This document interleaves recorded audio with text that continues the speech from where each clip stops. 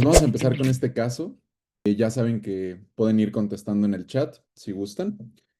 Para los que son nuevos en este taller, me gustaría darles un pequeño tip de cómo ir contestando estos casos, ya sea en este taller y en su ENARM. Van a ver que cuando estén llegando a la pregunta 275, así ya, o sea, su mente ya va a estar en Saturno. Entonces, no cansen a su mente de gratis, ¿no? Siempre les recomiendo yo que lean un poquito de las preguntas y ya de ahí se vayan al caso. Y acuérdense que el objetivo del examen es encuadrar las preguntas con el caso, ¿ok? Si yo leo algo en la pregunta, ¿no? Y en las respuestas que me suena familiar, eso no necesariamente es la respuesta correcta. Pasa, pero recuerden que el objetivo de este examen es encajar las respuestas con el caso. Habiendo dicho eso, pues bueno, miren, aquí nos están preguntando un mecanismo fisiopatológico de lesión renal, sedimento, pues va a ser algo de nefro, manifestaciones para una indicación de terapia sustitutiva renal, etcétera. Pues bueno, vamos a ver. Entonces, hombre, 65 años, que tiene hipertensión y diabetes, ¿ok? Viene por vómito y diarrea y refiere oliguria. No está orinando, ya sé que es un caso de lesión renal. Está hipotenso, taquicárdico, mucosas secas, llenado capilar retrasado. Perfecto. No hay masas abdominales, no hay globo vesical. Esto es importante, o sea, quiere decir que no está generando orina. No es que tenga una retención urinaria y por eso tiene oliguria, sino que no está generando orina. Los laboratorios, pues bueno, les ponen aquí una creatinina basal de 1 y la creatinina actual de 3,4, BUN elevado, sodio urinario, o sea, ya digo, todo esto seguramente ya lo leyeron en su casa, 12, 542 molaridad, BUN creatinina de 21. Esto muy importante, el sedimento. Siempre que les pongan un caso de nefro y les ponen un sedimento, eso les va a dar la respuesta. O sea, aquí dice cilindros y alinos, ¿ok? Eso ya me empieza a orientar con etiologías. Trae un potasio de 6,5, acuérdense, más de 5 malo, ¿no? Podemos empezar a tener cambios electrocardiográficos. Y ya tiene precisamente ondas T acuminadas, QRS ensanchado, ¿sale? Los riñones están normales, esto quiere decir que posiblemente no sea un paciente con algo crónico. ¿Por qué? Un paciente con algo crónico pues ya va a tener alteraciones estructurales, ¿no? Riñones chiquitos y probablemente esta creatinina basal, pues estaría más alta, ¿no? Eso es un criterio de enfermedad renal crónica. Esto parece algo más agudo. Entonces, con base en esto, el mecanismo fisiopatológico de LRA en este paciente, ¿cuál es? NTA, obstrucción postrenal, hipoflujo por depresión de volumen o glomerulonefritis. A de aplicados, dice Camila. C de Cristo, C de Cristo, C de Cristo. Ok, veo que están entre NTA y la C. Y acuérdense, en este curso lo que quiero que aprendan es, o sea, por qué la incorrecta no es, no nada más que se vayan así con cualquier opción. Entonces, a ver, aquí me están diciendo entre A y C, perfecto. Su obstrucción postrenal ya vimos que no, pues porque está orinando, ¿no? No tiene globo vesical. Glomerulonefritis aguda, pues te hubieran puesto una mujer joven, lúpica, ¿no? Está así, eritema malar, o no sé, un paciente con una endocarditis que empieza con deterioro de la función renal, eso es una glomerulonefritis aguda, ¿sale? Ahora me queda A y C. Bueno, pues, o sea, yo tengo que recordar lo que el evaluador aquí está buscando en su cabeza es si sabes las diferencias entre una lesión prerrenal o intrínseca, ¿no? Entonces, vamos a ver ahorita cuál podría ser de las dos. Vamos a la siguiente. Según el sedimento urinario y los electrolitos, ¿cuál de los siguientes datos apoya más la etiología prerrenal? Ya hasta aquí les di la respuesta, ni me di cuenta. Pero bueno, no fui tan menso porque en la A no les puse tal cual eso. Entonces, la 2, ¿cuál sería? Osmolaridad urinaria mayor de 500. Ok, oigan, muy bien, sí leyeron las preguntas antes del taller. Ok, muy bien. Osmolaridad urinaria mayor de 500. Ahorita vemos por qué. Ahora, ¿qué manifestación clínica representa una indicación para terapia sustitutiva renal? En este caso, oliguria, hipercalemia, la creatinina, vean, está en 3, está alta, o hipotensión refractaria. ¿Qué opinan? Ok, aquí entre B y C. Hasta hice énfasis para que se equivocaran. No, es la B. Ok, ahorita vamos a ver por qué la hipercalemia. Ahora, en este paciente, ¿cuál sería el primer paso en el manejo inicial tras establecer el diagnóstico de lesión renal aguda prerrenal. Primer paso en el manejo inicial. Vasopresor, bicarbonato, líquidos o diuréticos. O sea, no está orinando. ¿Qué le hago? ¿Le paso líquidos o le echo 80 de furo y vemos si orina? Ok, la mayoría responde C y me hace sentir orgulloso de ustedes y que no los quiera dar en adopción. ¿Cuál es el parámetro de laboratorio más importante para diferenciar entre una lesión prerrenal o una renal intrínseca en la práctica clínica?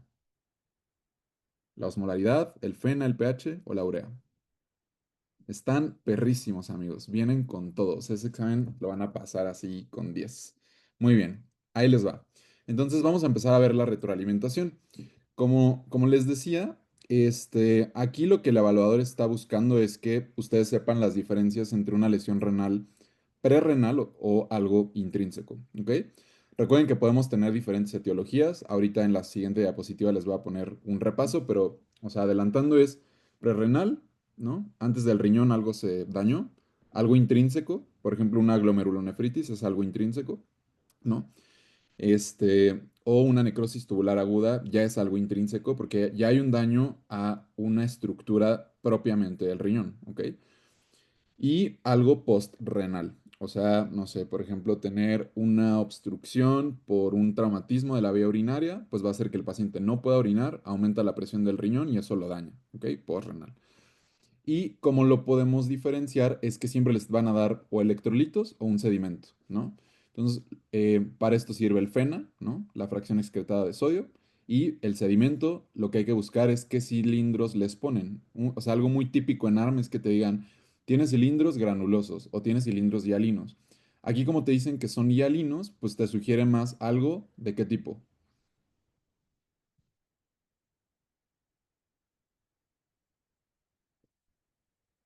Dios sabe.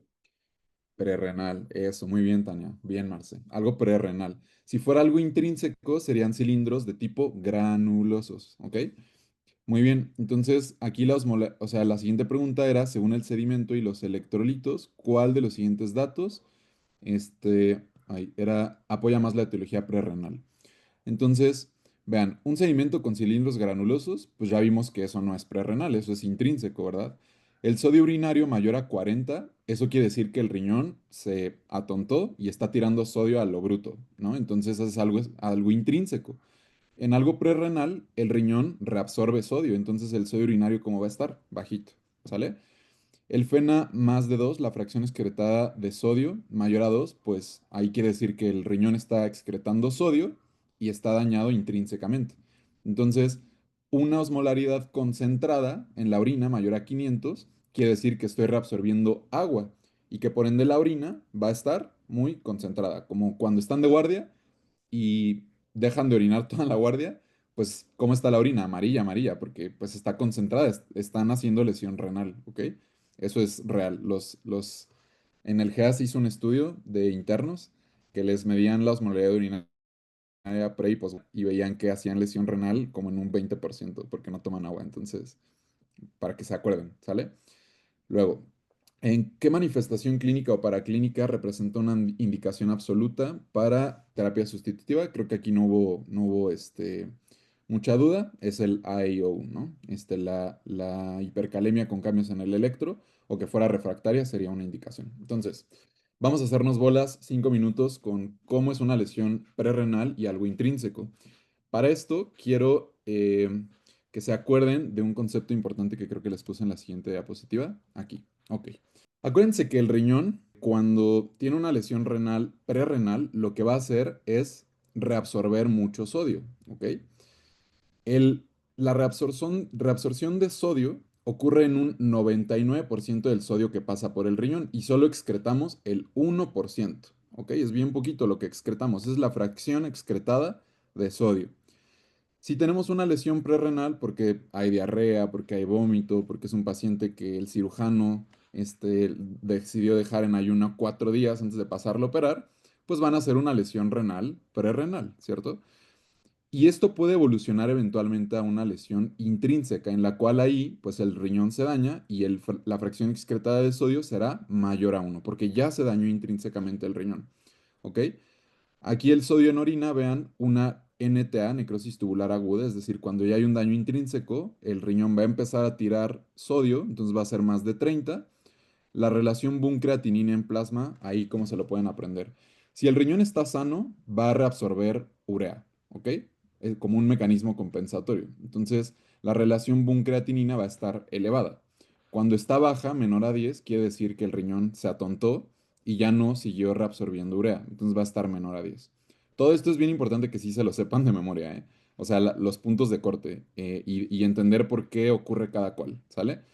Luego, la osmolaridad urinaria, vean, cuando hay una lesión prerrenal, ¿cómo dijimos que va a estar la orina? Concentrada, ¿no? Va a estar alta la osmolaridad. ¿Más de cuánto? 500. Y en una NTA, pues va a estar baja, ¿no? Menos de 350. Lo mismo ocurre con la densidad urinaria, pues va a estar concentrada, más densa en la prerrenal y en la NTA, aquí perdónenme, es menos de 1.015. No le cambié el signo. ¿Ok? Y lo más importante que quiero que vean es la prerrenal me da cilindros y alinos, que se ven algo así, como el de aquí, ¿sí? Y la NTA me va a dar cilindros granulosos. Ahora, oye Luis, ¿y qué me puede dar una lesión renal aguda intrínseca y que por ende tenga todo esto de la columna de la derecha? Pues vean, la más importante, una necrosis tubular aguda, que esto siempre se los van a poner como un caso que tenía, o sea, un paciente que se fue al desierto, dejó de tomar agua 5 días, dejó de orinar y evolucionó ya luego a una NTA. Si les dicen granulosos, eso es NTA siempre, siempre, anótenlo, ¿sale? Ahora, cuando los cilindros son hemáticos o eritrocitarios, vean aquí, el diagnóstico sería una glomerulonefritis. Cuando son leucocitarios, les están hablando de una probable nefritis intersticial. Les van a poner ahí un paciente que tiene, no sé, por algún motivo, alguna adicción a los AINES. Un paciente que tiene una lumbalgia crónica, AR, o un niño que consumió así 400 cápsulas de ibuprofeno. Esos pacientes pueden hacer una NTI, nefritis intersticial aguda, que la principal causa es farmacológica. ¿Y qué pista les van a dar en el caso? Les van a decir, hay cilindros leucocitarios, ¿sale? Los cilindros liposos son súper típicos del síndrome nefrótico. Ok, acuérdense que aquí estamos excretando también colesterol, por eso son lipoides o liposos. Y los cristales, cilindros con cristales, por ejemplo, en gota, ¿va?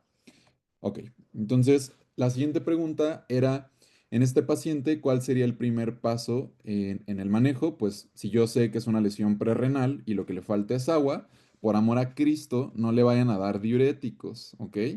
No le vayan a dar diuréticos, pues porque lo van a secar más.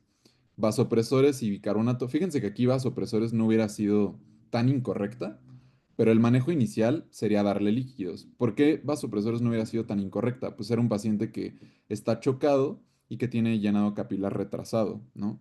Pero, pues lo primerito sería, o sea, restablecer el volumen intravascular y ya, si no jala, ya le pones tantita Nore, ¿no?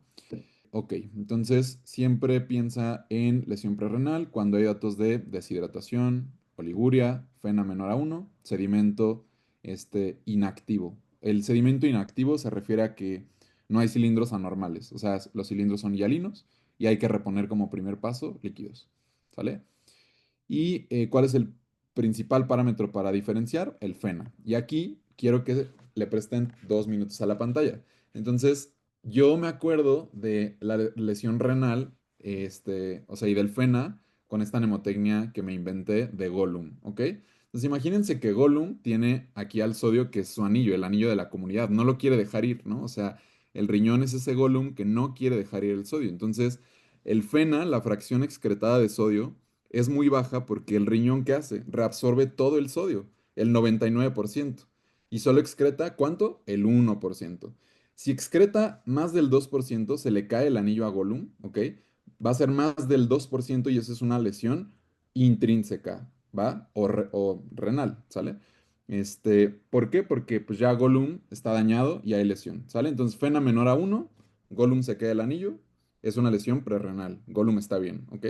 Y si Gollum está dañado a algo intrínseco, va a empezar a tirar sodio y el Fena va a ser mayor a 2. Así yo me acuerdo, ¿ok? Espero esta mnemotecnia les sirva. Muy bien, entonces, vamos con el caso siguiente, que sería de una mujer de 64 años que tiene diabetes e hipertensión y viene por fatiga y edema en las piernas. Ujú. Está algo hipertensa, los laboratorios tienen una CREA de 2.3, tiene proteinuria, el filtrado glomerular está en 29, ¿ok? Ay, creo que aquí la había cambiado. Denme un segundo. Sí, la había cambiado. Imaginen que es, espérenme, ya les puse la respuesta. Pero imaginen que el filtrado glomerular es de 34. Creo que en el documento que les envié sí dice 34. La hemoglobina en 10 y el ultrasonido renal demuestra que tiene riñones pequeños y la cortical hiperecoica. Entonces, ahora sí, vamos con las preguntas. ¿Cuál es el criterio diagnóstico para RC en este paciente? Ok, la mayoría está poniendo C. Perfectísimo. Están muy avanzados, amigos. Luego, ¿cuál es el objetivo de presión arterial en pacientes con RC y proteinuria? Este paciente tenía proteinuria. Va, fuego. Ahora, ¿cuál es la principal medida para frenar la progresión de RC en esta paciente? Por eso les había cambiado el filtrado glomerular. Este, exacto, IECA vara 2. ¿Por qué? O sea, estrictamente si es menos de 30 ya no puedes usar IECA vara 2. Por eso ya luego lo había cambiado, pero bueno, nada más hago esa acotación. ¿Cuál es la principal causa de RC en México según la guía de práctica clínica? Eso. Oigan, qué orgulloso estoy de ustedes, amigos. Se merecen un aplauso porque todo este caso lo tuvieron bien, todo hicieron excelente. Entonces, el filtrado glomerular. ¿Qué pasó, Curiel? Dice Doc. No sé si tenga alguna duda. Bueno, continuemos con nuestra vida. Ok, entonces, fíjense, el criterio diagnóstico principal para enfermedad renal crónica en este caso es que tiene un filtrado glomerular menor a 60 minutos mililitros por minuto, perdón, por 1.73 metros cuadrados por más de 3 meses. Aquí, pues, la proteinuria no es un criterio diagnóstico. Los riñones pequeños, pues sí podría ser también un criterio diagnóstico, ¿no? O sea, pero así el criterio específico, ¿no? Que seguramente van a estar buscando en su examen, es que tenga un filtrado glomerular bajo, menor a 60 por más de 3 meses. ¿Por qué? Pues los riñones pequeños, o sea, no siempre son diagnósticos de una enfermedad renal crónica, ¿no? O sea, te tienen que decir las características de la cápsula, que si está multilobulado, etcétera, ¿no? O sea, no, como que aquí fue un confusor. Ahora, bueno, la justificación de esto, pues acuérdense, o sea, esto se lo tienen que saber de memoria, son ¿cómo es diagnostico enfermedad renal crónica? Es aquel paciente que tiene una tasa de menos de 60 mililitros minuto por 1.73 metros cuadrados por más de 3 meses. 60 en 3 meses, ¿ok? O que tenga algún daño estructural, o sea, ahí sí ultrasonográfico o por laboratorio, o sea, que tenga proteinuria persistente, etcétera, por más de también ese tiempo, 3 meses. Ahora, a un paciente monorreno, eso también ha sido pregunta en ciertas instituciones al sur de la Ciudad de México en exámenes de ingreso a medicina interna. Un paciente monorreno es verdadero que es enfermo renal crónico, ¿ok? Siempre, independientemente de la tasa de filtrado glomerular, que no se les olvide. ¿A qué estadio de enfermedad renal crónica corresponde este filtrado glomerular? Ahí. Bueno, aquí sí sería, les digo que ya aquí lo había cambiado, 34 mililitros por minuto, estrictamente sería 3B, pero el que ustedes contestaron, que era 29, pues sí, sí es 4, y el objetivo de T aquí es 130, 80, pues prácticamente siempre. ¿Sale? Aquí que dicen, ¿por qué no puede dar Yecas Suaras en tasa de filtrado menos de 30? Pues acuérdense que, o sea, ambos son medicamentos que pudieran ser nefrotóxicos, ¿no? Y tener más deterioro de la función renal, porque están inhibiendo al sistema renina-angiotensina, etcétera. Entonces, estaría contraindicado en esa tasa de filtrado glomerular, menos de 30. En diabetes no se hacen pequeños los riñones, sí, como les mencionaba, esto la verdad es que fue un confusor, con la intención de que ustedes se vayan dirigido a contestar el criterio. Ahora, esto importante, chicos, de pronto vienen los simuladores, qué tipo de ecuación hay que utilizar para la estimación del filtrado glomerular en la enfermedad renal crónica, ¿ok? Y el más aceptado es utilizar el CKDEPI, ¿ok? Es el que predice de manera más precisa el pronóstico y tiene menos sesgos que otras calculadoras como el MDRD, ¿sale? Y algo muy importante que la misma guía te dice es que no nada más te guíes pues por la creatinina, ¿no? O sea, aquí es lo que ustedes muy bien están diciendo, que pues hay que ver cómo están los cambios ultrasonográficos, si tiene o no proteinuria, etcétera. Pero si les llegan a preguntar cuál sería como la mejor ecuación, sería el CK de pi. Por ahí en algún ENARM preguntaron que en pacientes con diabetes, cuál era la de elección o qué calculadora usar en pacientes que tienen diabetes, y se recomienda el uso de MDRD en adultos con diabetes. ¿Ok? ¿Y cuál sería la que mejor de todas estas calculadoras te va a predecir la mortalidad? Y aquí sería el Cochrane Gold. ¿Ok? Son como las únicas tres cosas que creo que vale la pena como que conozcan de las calculadoras. En diabetes, MDRD; mortalidad, Cochrane Gold, igual para ajustar fármacos. Pero la mejor de todas o la más ocupada es el CKD EPI y es como la más nueva también. ¿Sale? Ok, entonces, podemos continuar con nuestras vidas, creo. Esto es nada más para que ubiquemos un poquito esta tabla de la estadificación. Aquí no hay mucho que pueda hacer yo por ustedes, más que decirles que se lo aprendan de memoria en cuanto a las escalas, ¿no? O sea, G1 pues es más de 90, luego es de 90 a 60, y el 3 es el que se divide, ¿no? 60 a 45, 45 a 30 es A y B, y luego es de 30 a 15 y menos de 15. Es muy, muy, muy, muy, muy importante que conozcan bien también o sea, que lo más nuevo es que estadifiquemos también por albuminuria. O sea, lo correcto sería decir, es una enfermedad renal crónica, no sé, G3B a 3 o G3B a 1, ¿no? Y esto tiene que ver con el rango de albuminuria que tenga el paciente. Y aquí les pueden poner, pues tiene, no sé, 100 miligramos por gramo de albuminuria, y estas preguntas la verdad es que sí llegan a aparecer. Entonces sería A2, ¿ok? Esto es plenamente de memoria, estará en su guía de números mágicos porque desde luego que es importante que se aprendan esta escala, ¿va? Y bueno, la principal medida para frenar la progresión de enfermedad renal crónica, acuérdense que serían IECAS o ARA2, siempre y cuando la tasa de filtrado sea mayor a 30. También los ISGLT2 frenan la proteinuria y evitan la progresión, por eso no los puse aquí. Si les pusieran los dos, la verdad es que pues ahí no hay un estudio comparativo entre IECAS versus ISGLT2 porque no tendría sentido ese estudio, pues porque ya sabemos que ambos están bien demostrados para este beneficio.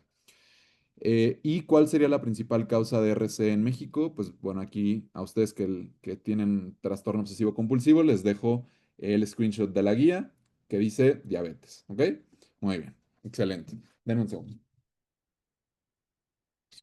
Ok, entonces, lo siguiente sería que sepan muy bien diferenciar una lesión renal aguda, enfermedad renal aguda y crónica, ¿ok? ¿Cómo vamos a definir lesión renal aguda? Y aquí si te disociaste, pon atención, ¿ok? Deja la disociación, ponme atención 3 minutos. Entonces, una lesión renal aguda es aquella que tiene un aumento de creatinina de 0,3 en 2 días, 48 horas, o que tengas 1,5 veces el valor basal en una semana. Ahí te va otra vez. 0,3 en 2 días, 1,5 en una semana, o bien por gasto urinario, que tengas menos de 0,5 en 6 horas. De memoria, no hay mucho que pueda hacer yo por ti, ¿ok? Esto, la verdad es que no te lo van a preguntar así, no te van a preguntar el punto de corte, pero es muy importante que lo conozcas. O sea, lo que te van a preguntar de la lesión renal es que sepas abordarla, ¿no? Que sepas decir si es prerrenal, intrínseca y qué hacerle, ¿no? Si le pasas líquido, si le pasas diurético, etcétera. Lo que sí te pueden preguntar es diferenciar entre agudo, enfermedad renal aguda o una enfermedad renal crónica. La enfermedad renal aguda es aquella persistencia de lesión renal que dura menos de 3 meses. ¿Ok?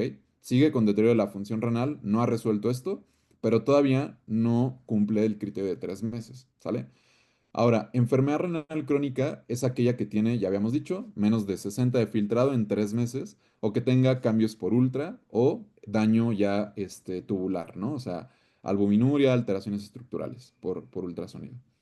¿Sale? Ahora, es muy importante que tú sepas que si tú ves a un paciente de nuevo, ya esto es un poquito más para tu vida, o sea, no sé, y te llega hoy con creatinina de 9, pues bueno, o sea, ese paciente no quiere decir que porque con ese 9 tiene 8 de filtrado, tú digas, ya, diálisis. No, porque pues no sabes dónde estás, ¿no? O sea, no sabes si es algo agudo, enfermedad renal aguda, o si es algo crónico. Entonces ahí es donde entra, por ejemplo, el ultrasonido, ¿no? O ver si tiene albuminuria. Sobre todo el ultrasonido es el que te puede diferenciar si es algo crónico de agudo. Si el ultrasonido está normal, pues seguramente será algo agudo y hay que buscar la causa. ¿Ok?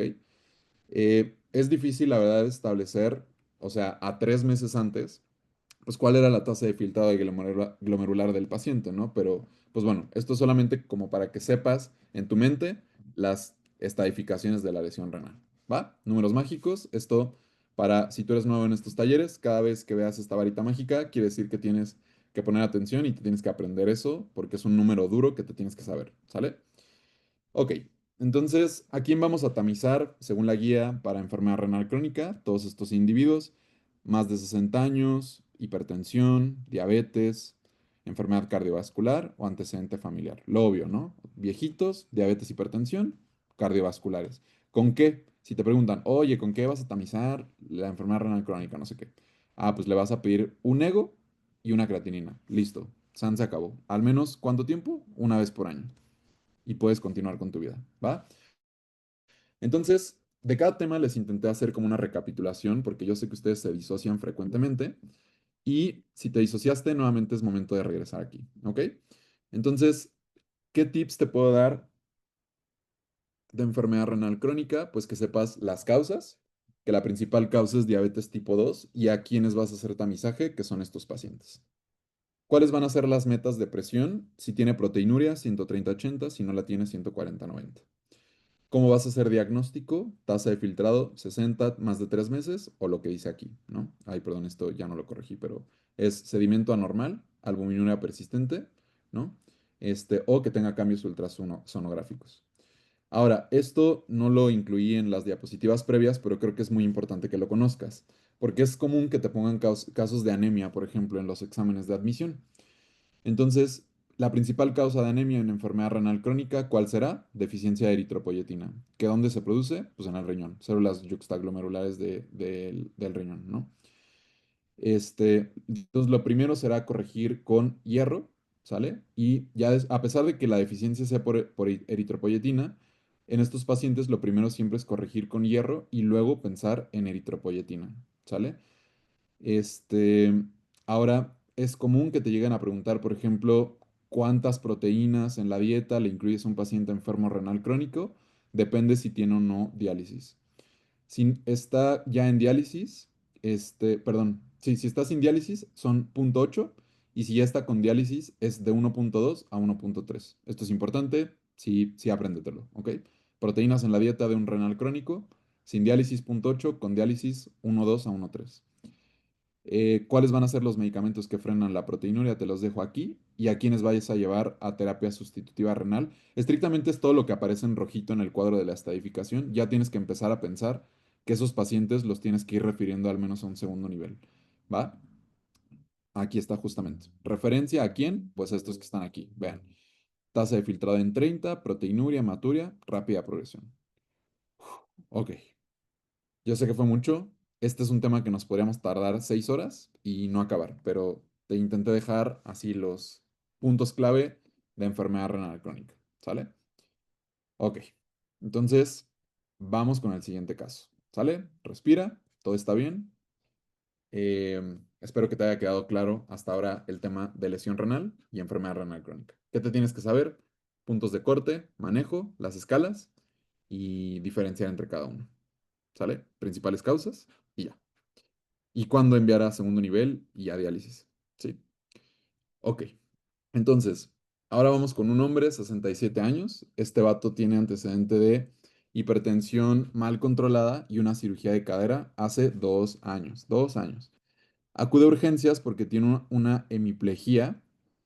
A ver, ahí te va. Braquio, brazo, facial derecha, ¿sale? Braquiofacial derecha y afasia caracterizada porque no tiene habla fluente, o sea, habla bla, bla, bla, bla, así raro. Dificultad para nombrar objetos. No puede repetir frases, pero sí te entiende, ¿sale? El NIS está en 20, aspects de 7 y vean, viene hipertenso. Tiene 4 horas, ¿ok? Y ahí les va. Entonces, la primera pregunta dice, con base en el caso, ¿dónde se encuentra la lesión localizada y qué tipo de afasia? No sé qué. Entonces, vamos a ver la imagen. Esta es la imagen. ¿Le ven algo? Tomar ese largo silencio como un no, no le vemos nada. Entonces, la primera pregunta sería, eh, con base en el caso, ¿dónde se encuentra la lesión y qué tipo de afasia tiene? Justo, muy bien, Marce. El ataque estaba normal. Veo que ya la mayoría puso C de casa. Muy bien, exacto. Creo que ahí no hay mucha duda. ¿Cuál sería el manejo inicial más apropiado en este caso? A de aplicados. Oigan, qué feliz estoy. Sí se ve que me pusieron caso en el Easy Recap de la semana pasada. Están muy avanzados, amigos. Muy avanzados. Ok. Ahora, esta está difícil. El mayor beneficio con uso de Alteplaza se obtiene cuando se administra en ¿cuánto tiempo? Están perrísimos. Ok, muy bien. La primera hora. Muy bien, Sebas. Muy bien, Esmeralda. Muy bien, Marce. Excelente. Entonces, vamos con lo siguiente. Posterior a la lisis, este paciente tiene mejoría clínica. Todo bien, lo salvaron. El siguiente paso en el manejo de este paciente sería, ¿qué le hacen? ¿Lo mandan a su casa, prevención primaria, secundaria, TAC, o lo ingresan a UTI? Entonces, una vez que el paciente se estabiliza, ¿cuál sería la medida de prevención secundaria adecuada? Clopi, ASA, anticoagularlo, con ABK o con DOAC. Pero acuérdense, aquí los intenté confundir. ¿Qué pacientes sí los cargamos con antiagregantes antes de trombolizarlos? Los infartos, pero al miocardio, ¿ok? O sea, el paciente con EBC, si lo cargas, va a ser que, o sea, no es lo mismo que te sangre el coco a que tengas una arteria tapada del corazón, ¿no? Entonces, o sea, cargarlo con Clopi, te lo echas, ¿no? Entonces, aumentaría mucho el riesgo de sangrado. Y aquí te están preguntando prevención secundaria, no tendrías por qué cargarlo, ¿no? Sería pura aspirina. Muy bien. Ahora, el paciente le pregunta por qué ocurrió este evento, a lo que usted sabiamente contesta. ¿Cardioembolia, trombosis, hemorragia o tiene mala suerte y debe ir con un sacerdote? Alguien puso la D. Ok, muy bien, creo que todos están contestando bien. Exacto. O sea, lo más frecuente es que haya sido por un cardioembolismo. Dice Patti, Clopi solo en pacientes con infarto. Sí, o sea, acuérdense, el Clopi. O sea, sí podrías dar prevención secundaria con clopidogrel, pero aquí la trampa es que te decía 300 miligramos. Eso es una dosis. O sea, yo no espero que sepas la dosis. Lo que esperaría que sepas es que no tienes que cargar a un paciente con EBC, porque aumentarías mucho el riesgo de sangrado, ¿no? Le puedes dar clopidogrel 75 miligramos, sí, o aspirina 100 miligramos al día, ¿no? Nuevamente, o sea, sí, la 5 es la B, exacto. De todos modos, acuérdense, ahí vienen las respuestas. Entonces, vamos a intentar localizar esta lesión. Ok, entonces era un paciente que tenía hemiplegia de la cara y del brazo derecho y que tenía una fascia en la cual no podía hablar, pero sí entendía y repetía frases. Ok, tenía buen NIS de 20, o sea, acuérdense, estrictamente más de 20 22, ya no podríamos trombolizar. Y aquí hasta les puse el aspects, o sea, esa escala, acuérdense de qué es para arteria cerebral media, ¿no? Entonces ya ahí les puse la mitad de la respuesta. Y ahora, ¿qué afasia podría tener, ¿no? ¿De Wernicke o de Broca? La de Broca es la que no habla, pero sí entiende. Y la de Wernicke es la que no entiende, pero sí puede hablar. Ahí les va. Esto está en el Easy Docs de Neuro, seguramente ya lo repasaron, pero nada más es como para repasar un poquito esto. Acuérdense, la afasia de Broca, o sea, son pacientes que entienden perfectamente bien, pero no pueden hablar, ¿ok? Hablan raro, ¿sí? La de Wernicke es, este paciente sí puede hablar, pero no entiende, ¿ok? Wernicke no entiende. La de Broca no puede articular el lenguaje, ¿sale? La global no hace nada, no repite, no fluye, o sea, no habla bien, no entiende, no hace nada, está así planta, ¿no? Y la de conducción es aquella fascia en la cual sí entiendo, pero como que no conecta. O sea, sí entiendo, sí puedo hablar, pero como no conecto, no puedo repetir. Yo he visto esas afasias, están raras, porque son pacientes que parece que no tienen nada, ¿no? O sea, pero si tú les pides, repita la palabra X o Y, no pueden, ¿no? Esa es una afasia de conducción, ¿ok? Es muy importante que se aprendan esto de las afasias. Y ahora, por localización, acuérdense que, o sea, si es de arteria cerebral media, o sea, lo que va a predominar, vean aquí, a mí me gusta mucho esta imagen, que es del homúnculo de Penfield, y vean cómo en azul está arteria cerebral anterior, en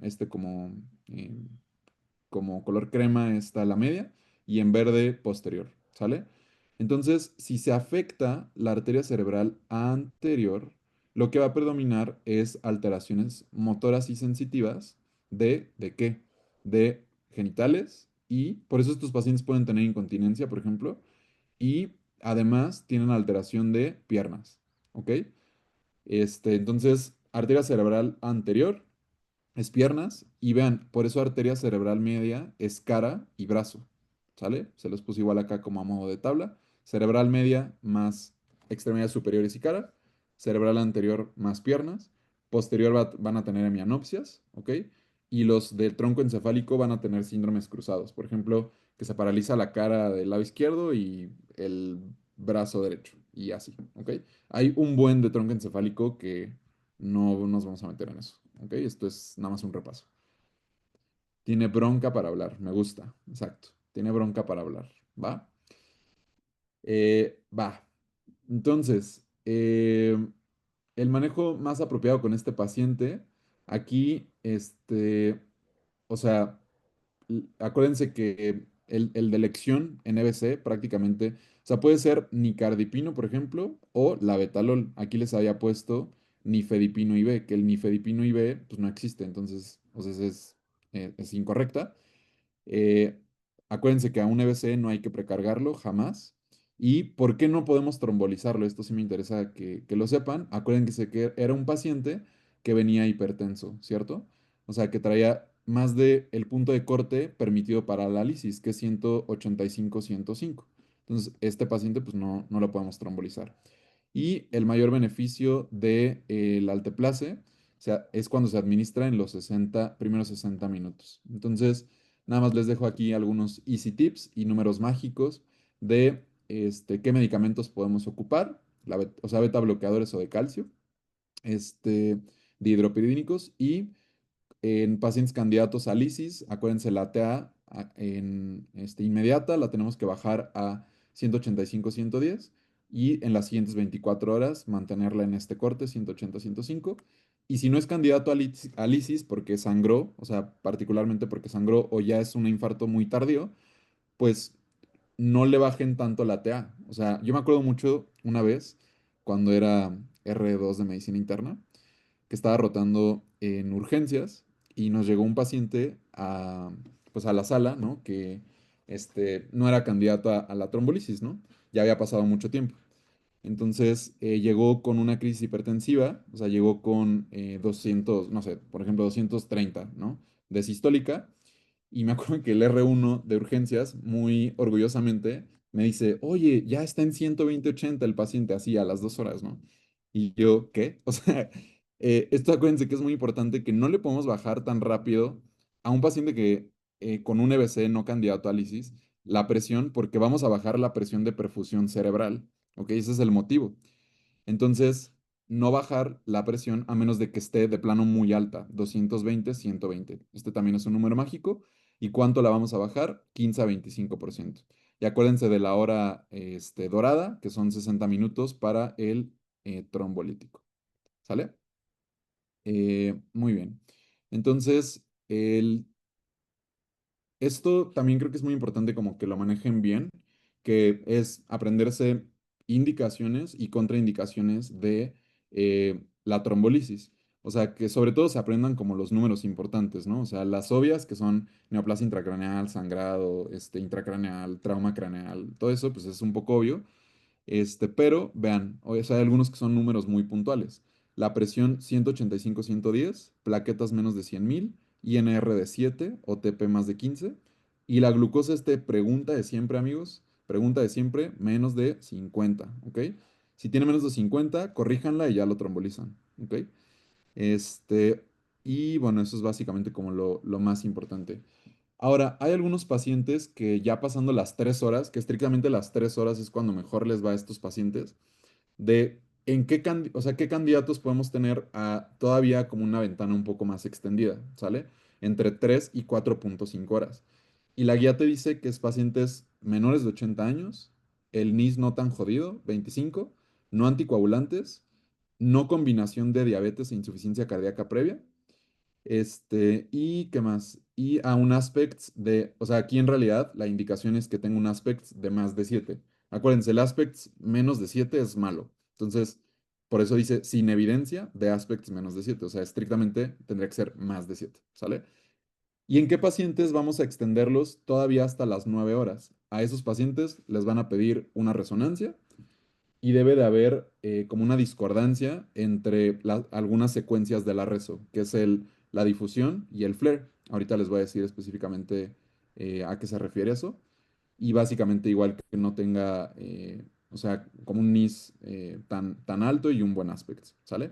Ok, como sé que esta es, o sea, mucha información y seguramente ya los perdí, se los intenté hacer a modo gráfico, ¿ok?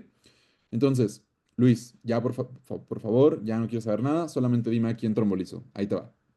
Vas a alisar prácticamente a todos los pacientes que estén dentro de las primeras 3 horas, ¿ok? Esos a los que mejor les va, ¿sí? Ahí no hay duda, a menos de que tenga una contraindicación de trombolisis. ¿Cuál es la dosis? Aquí te la dejo. 0,9 por kilo, el 10% en bolo y el resto en 1 hora, ¿sale? En infusión. Acuérdate de la hora dorada, que es 1 hora. Y luego, si está entre 3 horas y 4,5 horas, solamente lo voy a trombolizar a estos casos. Te pueden poner un caso de un paciente que tiene 81 años, a ese ya no, ¿ok? O que tiene un NIS de 28, a ese tampoco, ¿ok? Pero si es un paciente que tiene menos de 80 años, NIS menos de 25, no está anticoagulado, no tiene esta, o sea, todo esto, a ese sí, ¿va? Ahora, ¿a quiénes llevamos a lisis extendida? Hasta las 9 horas, ¿sale? A estos pacientes vamos a hacer, esto es lo que seguramente han leído como el EBC del despertar, ¿ok? O sea, el paciente que se fue a dormir y despierta así con la boca chueca, ¿no? Ah, pues ese paciente me interesa saber cuánto tiempo lleva y para eso sirve la resonancia magnética. Si encuentro esta discordancia entre la secuencia de difusión y el flare, que básicamente, vean, aquí les puse un ejemplo, esto sería cuando sí hay un mismatch del flare o cuando no lo hay. Cuando no lo hay, quiere decir que este paciente ya llevaba mucho tiempo con el infarto, ¿sale? La difusión me puede detectar EBCs en minutos, ¿ok? Y en el flare los cambios se ven habitualmente como hasta las 4 horas. Entonces vean, pues tanto en minutos como en horas, pues, o sea, ya llevaba ese EBC, ¿no? Porque el flare también tenía cambios. Y ahora vean, el mismatch es tener en la difusión, o sea, en minutos sí hay cambios, pero en el flare, que tardaría horas en depositarse aquí el edema, no tiene nada. Ese paciente es el que sí voy a trombolizar todavía. ¿Hasta cuándo? 9 horas. Esto, la verdad es que en el ENARM creo que no podrían preguntarlo, pero si tú vas a presentar a alguna institución al sur de la Ciudad de México, seguramente te van a poner casos por el estilo, ¿ok? Y a quienes no vamos a trombolizar, prácticamente mayores de, o sea, 9 horas, sí hay ciertas indicaciones, o sea, que las puse acá de terapia endovascular, pero esto la verdad es que sí ya está como que un poquito más avanzado. Lo que simplemente quiero que tú sepas es a quiénes vas a trombolizar, con qué, que te sepas las contraindicaciones y puedes continuar con tu vida. ¿Va? Muy bien. Ok, entonces después de la lisis el paciente tiene mejoría clínica. El siguiente paso en este caso sería, acuérdense, siempre tag de control porque pues acabo de trombolizar a alguien y además lo tengo que antiagregar, ¿no? Entonces, como que son importantes saber que no esté sangrando y por eso el tag de control a todos. Y aquí los screenshots que a ti te gustan mucho de la guía de práctica clínica. ¿A quiénes, bueno, cuál sería la medida de prevención secundaria? Pues aspirina y ya vimos las principales causas, que es cardioembolia. Listo. Ya, eso es como lo que más necesito que sepas de evento vascular cerebral. ¿Alguna duda? ¿Todo claro? Va. Ok. Ah, sí, perdón. ACO es anticoagulante. Sí. ¿Cómo se llama lo que da cuando se baja tan rápido? Asumo que te refieres a la presión arterial. Em, pues bueno, o sea, ahí lo que va a hacer es como hipoperfusión cerebral, ¿no? O sea que, no sé, si ahorita traía 240, 120 de TA, pues ya después, o sea, si lo bajas a 120, la presión de perfusión va a ser muy baja, ¿no? La presión de perfusión cerebral, acuérdate que es presión arterial media menos intracraneal. Entonces, si la media baja, pues la perfusión también. Ay, güey, mi mente. Híjole, y no vamos ni a la mitad, ¿vale? Ok, bueno. Entonces, respiren conmigo, vamos al siguiente caso. Este es un hombre de 52 años, tiene hipertensión y un IMC de 35, ¿va? La circunferencia cervical en 44, o sea, está así choncho, ¿no? Su esposa ya se quiere divorciar porque tiene ronquidos el paciente, pausas respiratorias durante el sueño y somnolencia. En la consulta reportan cefalea matutina y dificultad para concentrarse. Entonces, obviamente nadie duda que ustedes sepan que esto es un SAOS, ¿no? Al aplicar escalas de evaluación se obtiene. Ahí te va. Entonces, ¿cuál es la herramienta de tamizaje que apoya la decisión de realizar una polisomnografía en este caso? ¿Qué herramienta inicial te recomienda aquí sí la guía de práctica clínica? Como herramienta inicial, Berlín, muy bien. Entonces, le hacen la polisomno. ¿Cuál es el criterio mínimo para confirmar el diagnóstico de SAOS? Índice de apnea-hipopnea de 3, 5, 10 o 15. Por ahí dicen la mayoría la B. O sea, 10 con ronquidos.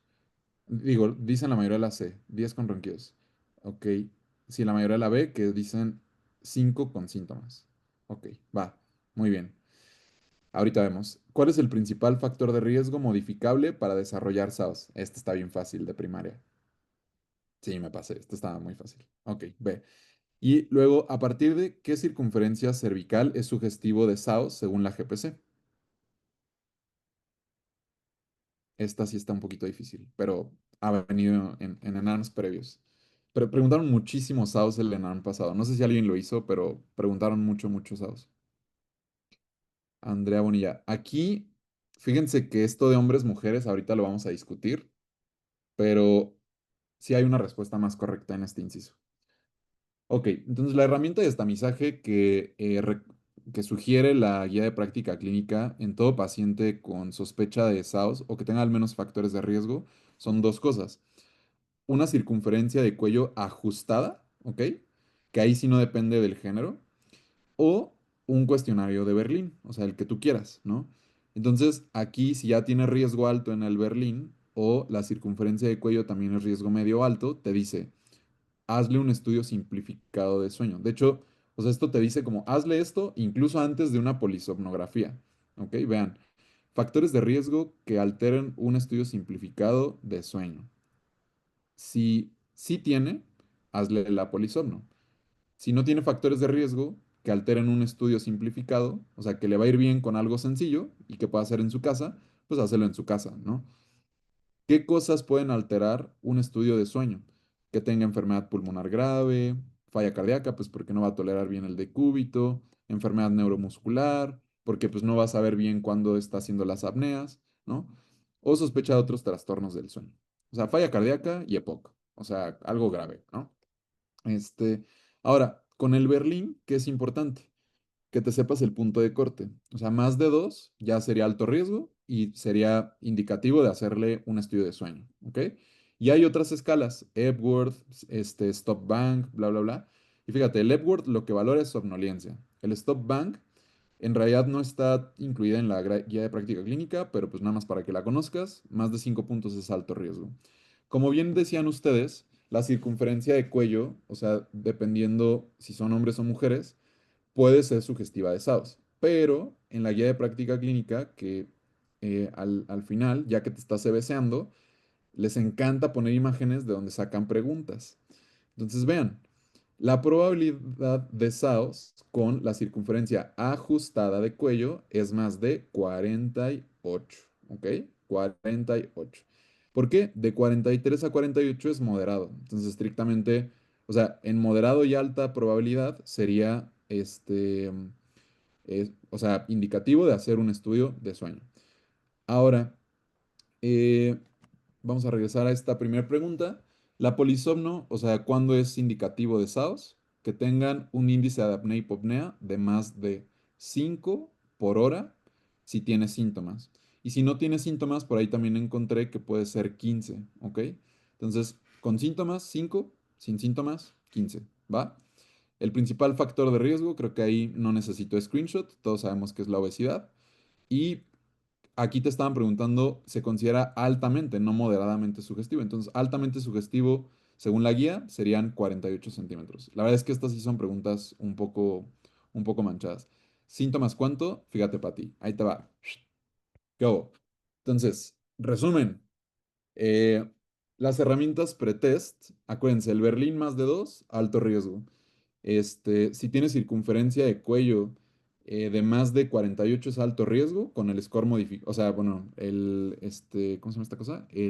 La circunferencia de cuello ajustada. Más de 43 moderado, 48 es alto riesgo. Y básicamente, más allá de que te aprendas los puntos de corte, que la vez que dudo que te vayan a preguntar, que sepas cuál sería como el paso siguiente, ¿no? O sea, si hacerle un estudio de sueño simplificado o la polisomno, ¿sale? Algo muy importante es que en niños no se sugiere escalas pretest, ¿ok? Voy a repetir eso por si te estás cabeceando. En niños, no escalas pretest, ¿sale? No sirven. Básicamente, guiarlo por síntomas, te dice la guía que es suficiente. Factores de riesgo. En adultos, obesidad. En niños, o sea, hay varias. Hipertrofia de tejido linfoide, obesidad, malformaciones craneofaciales. Aquí la guía no da cuál es más frecuente que otro, o más importante que otro, pues. El apolisomno, aquí te dejo los puntos de corte con y sin síntomas, ¿vale? Y acuérdate que en niños, con uno de IAH, o sea que es índice apnea-hipopnea, más de uno es diagnóstico. Y básicamente está indicado, o sea, la polisomno, si tiene síntomas, o sea, ronquidos, apneas, ¿sale? El manejo, vamos primero con los adultos. Básicamente, si tiene el criterio de SAOS, ¿ok? Y no tiene ninguna contraindicación a CPAP. Básicamente es que tenga, pues, o sea, que no le guste o que tenga alguna malformación craneofacial, dale un CPAP si cumple criterios. O sea, IAH de 15 asintomático o 5 con síntomas. Y si tiene alguna contraindicación o es un SAOS así chafón, puedes utilizar dispositivos mandibulares. Si tú ves CPAP en el ENARM, ponla. O sea, no te vas a equivocar. Digo, igual y sí, pero por probabilidad quieren que contestes CPAP y aquí te dejo las indicaciones para que no la vayas a regar. ¿Vale? Y con niños, esto también preguntan SAOS en niños. Básicamente, si tienen hipertrofia amigdalina, aquí el CPAP no es tan útil. O sea, en un adulto, dale CPAP, en un niño, opéralo. Fin de la historia. O sea, si tiene hipertrofia amigdalina, opéralo. No, no te hagas tantas bolas con lo que te puse aquí. Léelo, tómale un screenshot, en tu tiempo libre lo lees. Pero básicamente, en niños lo que quieren es que lo operes, ¿sale? Porque estos niños tienen alto riesgo de muerte súbita por esto, ¿ok? Porque hacen apneas. Entonces, ojo ahí, ¿va? Uf, ok. Bueno, ¿dudas de SAOS?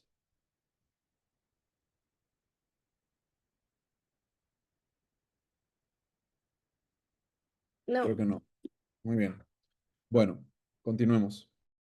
Se trata ahora de un hombre, ay, güey, 62 años, tiene tabaquismo, vean, 20 cigarros al día, 25 años, tos crónica, disnea, o sea, tiene POC, ¿no? No, no hay mucho que pensar. Sospecha enfermedad EPOC y se indica una espirometría. Ok, ¿qué me vas a preguntar? ¿Cuál es el principal factor de riesgo asociado a EPOC? Atmosférico, infecciones, tabaquismo, índice tabáquico de 10 o 5. Ok, ahí está igual de primaria, súper fácil. Muy bien. Ok, va. Ahora, se realiza una espirometría que muestra un FEV1 FBC menos de 70% y el FEV1 postbroncodilatador de 65%. El inicial fue de 66%, o sea, no cambió nada. Según el GOLD, ¿en qué estadio se encuentra este paciente? ¿GOLD 1, 2, 3 o 4? ¿Qué opinan? Tiene 65. Exacto. Moderado. Súper bien. Luego, ¿cuál es el tratamiento de primera línea en este paciente? ¿Sabas, lavas, lamas o corticoide? Por ahí ponen entre B y C. O sea, beta agonista de larga duración o anticolinérgico de larga duración. O sea, ok, bueno, ahorita vemos esto. Luego, ¿cuáles son las únicas intervenciones que han demostrado reducción de mortalidad en pacientes con EPOC? Que dejen de fumar y oxígeno más de 12 horas o más de 18 horas, oxígeno suplementario más de 12 horas solamente y tratamiento médico, o sea, lamas, beta agonistas y vacunación. Aquí me están preguntando, ¿reducción de qué? De mortalidad. Ok, la mayoría puso B. ¿B o C? Ok, aquí la pregunta para los que pusieron B sería, a ver, o sea, me están poniendo ahí lamas, o sea, long acting antimuscarinic agent, ¿no? la verdad es que mejoran síntomas con tratamiento médico, pero no les mejora mortalidad, ¿no? Eso es importante que lo sepan. ¿Y cuál es la meta de saturación de oxígeno en EPOC durante una exacerbación aguda? Esta pregunta igual, así, obligada de Elena. Patti dijo A, Tania dijo A, Cristal dijo A, Sebas dijo A. Exacto. Muy bien. Va, justamente, es la respuesta A. Ok. Entonces, el principal factor de riesgo para EPOC es un índice tabáquico. Acuérdense, 5, hay riesgo de enfermedad cardiovascular, 10, hay riesgo de EPOC y 20, hay riesgo de cáncer. ¿Sale? 5 cardiovascular, 10 EPOC, 20 cáncer. Lo siguiente sería, bueno, entonces aquí la respuesta correcta pues sería 10. Luego, el golf, pues eso creo que, o sea, no hay mucho que yo te pueda ayudar. Te tienes que aprender el golf, ¿no? O sea, 80, 50, 30 y menos de 30, no hay pierde. Apréndetelo. Luego, ¿cuál es el tratamiento de primera línea de memoria verdad? De memoria verdad. Sí, esto viene igual en la guía de números mágicos, o sea, como en el apartado de escalas que te tienes que saber para que no te funen, ahí viene, ¿ok? Este, última pregunta sería, tratamiento de primera línea en este paciente sería, creo que aquí también todos la habían elegido correcta, o sea, los beta agonistas de corta duración, por ejemplo, el salbutamol, pues, o sea, sería primera elección, por ejemplo, para un asma, ¿no? Pero en el EPOC se han demostrado que, o sea, este efecto beta agonista no es tan eficaz, que tienen un mayor efecto los anticolinérgicos, bueno, los antimuscarínicos, o sea, el hipratropio, el tiotropio, todo esto, ¿no? Eh, entonces, ¿por qué no de corta duración? Pues por el Gold en el que estaba. O sea, aquí te dicen que con ese Gold, estrictamente sí le puedes empezar algo de larga duración, un lama, ¿sale? ¿Alguien se acuerda de algún lama que me pueda decir en el chat?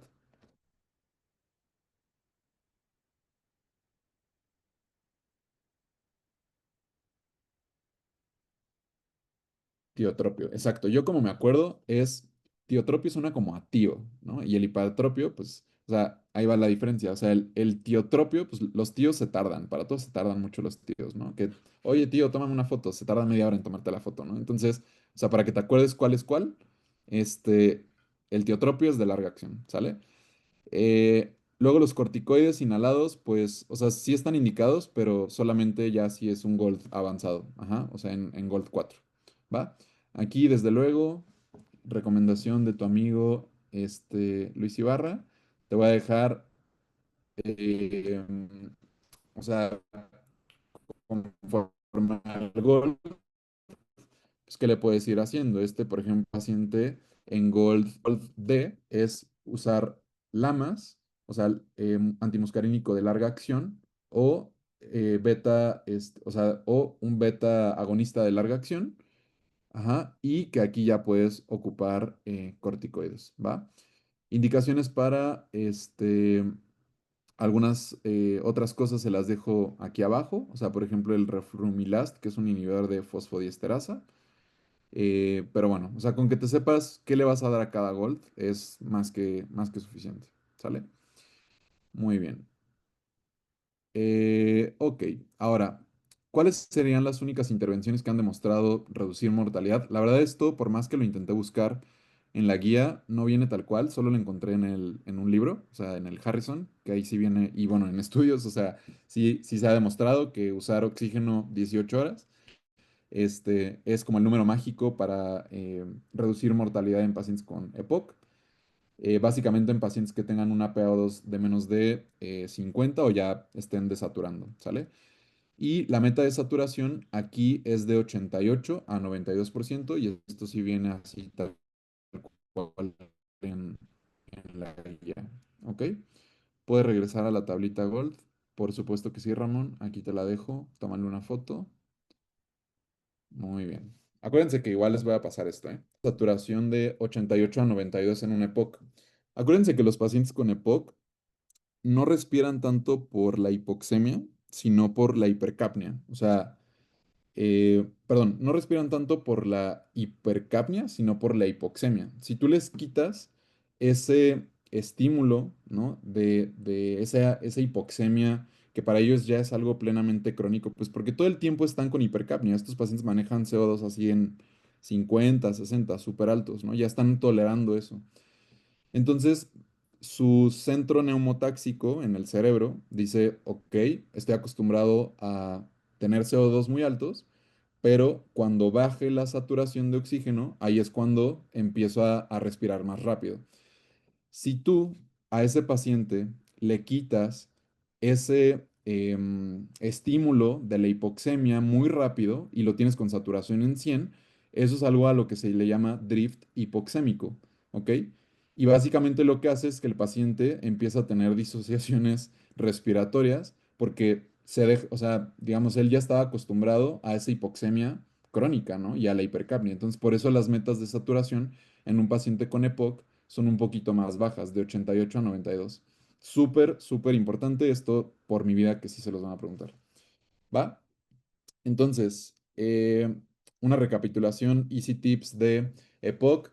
Acuérdense que hay dos espectros clínicos, enfisema y bronquitis crónica. Esto prácticamente ya no se usa, pero pues sí viene en la guía. ¿Por qué ya no se usa? Porque pues coexisten. O sea, puedes tener enfisema con algo de fenotipo de bronquitis y viceversa, ¿no? El enfisema básicamente es un término patológico en la cual se destruyen los alvéolos, ¿ok? Y la bronquitis es un diagnóstico clínico, que es tener tos crónica productiva 3 meses en 2 años. Esto sí, apréndetelo. Tos crónica productiva durante más de 3 meses sostenidos en al menos 2 años consecutivos, ¿sale? ¿Cómo vamos a hacer el diagnóstico? Con una espirometría y qué patrón, esto le va a regresar, qué patrón van a tener los pacientes con EPOC en la espirometría.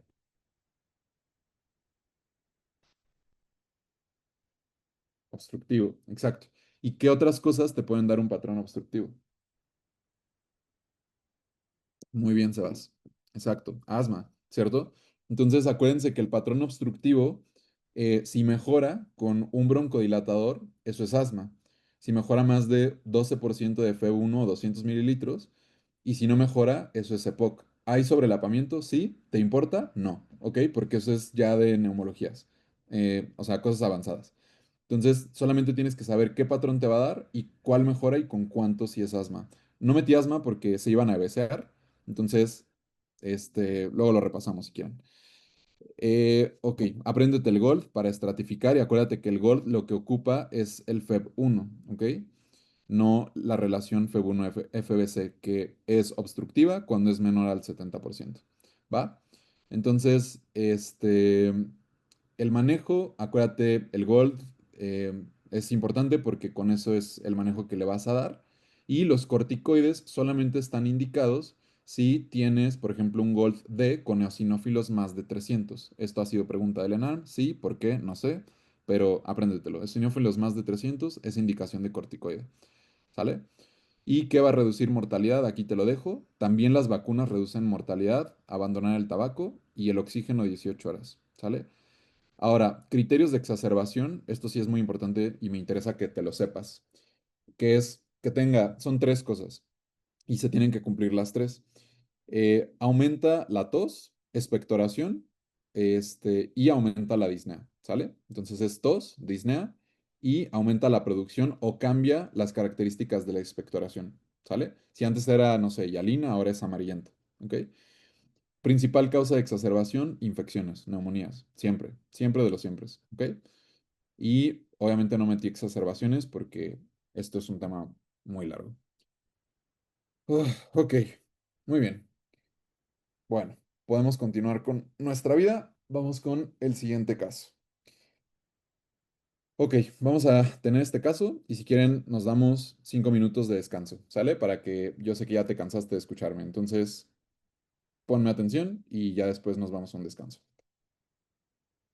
Ok, entonces, este es un caso que me están preguntando, gradiente albúmina, no sé qué, paracentesis, o sea, ascitis, ¿no? 56 años, antecedente de hepatitis, consumo de alcohol crónico, tiene cirrosis, child B. Creo que no debí poner el child. Ignoren esto. Acude al servicio de urgencias por aumento progresivo del perímetro abdominal. O sea, tiene ascitis. No hay dolor, no hay fiebre, o datos de agregados de descompensación. Se realiza una paracentesis diagnóstica obteniendo un líquido acítico citrino. Los estudios reportan que tiene todo esto y te dicen directo que tiene un gradiente albúmina, sérica y líquido de asitis de 1.1. ¿Sale? Entonces, ¿qué origen sugiere este gradiente GASLA reportado en este caso en particular? Ok, muy bien, hasta ahí todo bien. Exacto, acuérdense, más de 1.1 es portal. ¿Va? Ya si es presinusoidal, sinusoidal o postsinusoidal, ahorita nos hacemos bolas, pero pues aquí ya te están diciendo casi casi que tienes cirrosis, seguramente será sinusoidal. Presinusoidal, que es, por ejemplo, una trombosis, ¿no? De la porta, eso es presinusoidal. Postsinusoidal, que puede ser un Budd-Chiari, falla cardíaca, síndrome de vena cava superior, ¿ok? Eso también te lo pueden preguntar, como en si es post, intra o presinusoidal. Decidí no hacer eso para no EBCarte en este caso. Bueno, eh, días después se decide realizar una paracentesis terapéutica, ¿ok? ¿Y cuánto obtienen? Esto, si hay paracentesis en el ENARM, fíjate cuántos litros, por favor, ¿ok? Le drenan 6 litros, ¿sí? Entonces, ¿cuál es la conducta más adecuada tras la paracentesis en este caso? Nadota, 25 gramos de albúmina independiente del volumen, reponer albúmina desde el primer litro o reponer albúmina 8 gramos por litro a partir del quinto litro.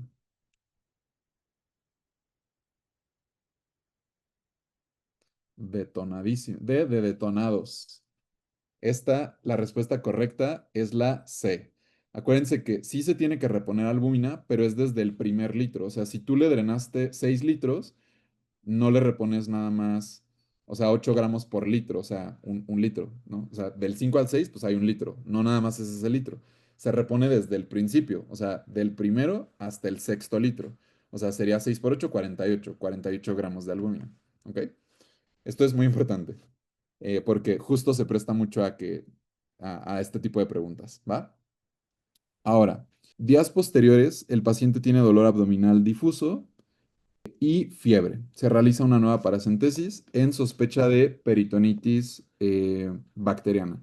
¿Cuál sería el criterio diagnóstico clave de peritonitis bacteriana espontánea? Muy bien, muy bien. Ok. Vamos con la siguiente. Según el cuadro clínico del paciente, ¿cómo clasificarían la citis en este caso?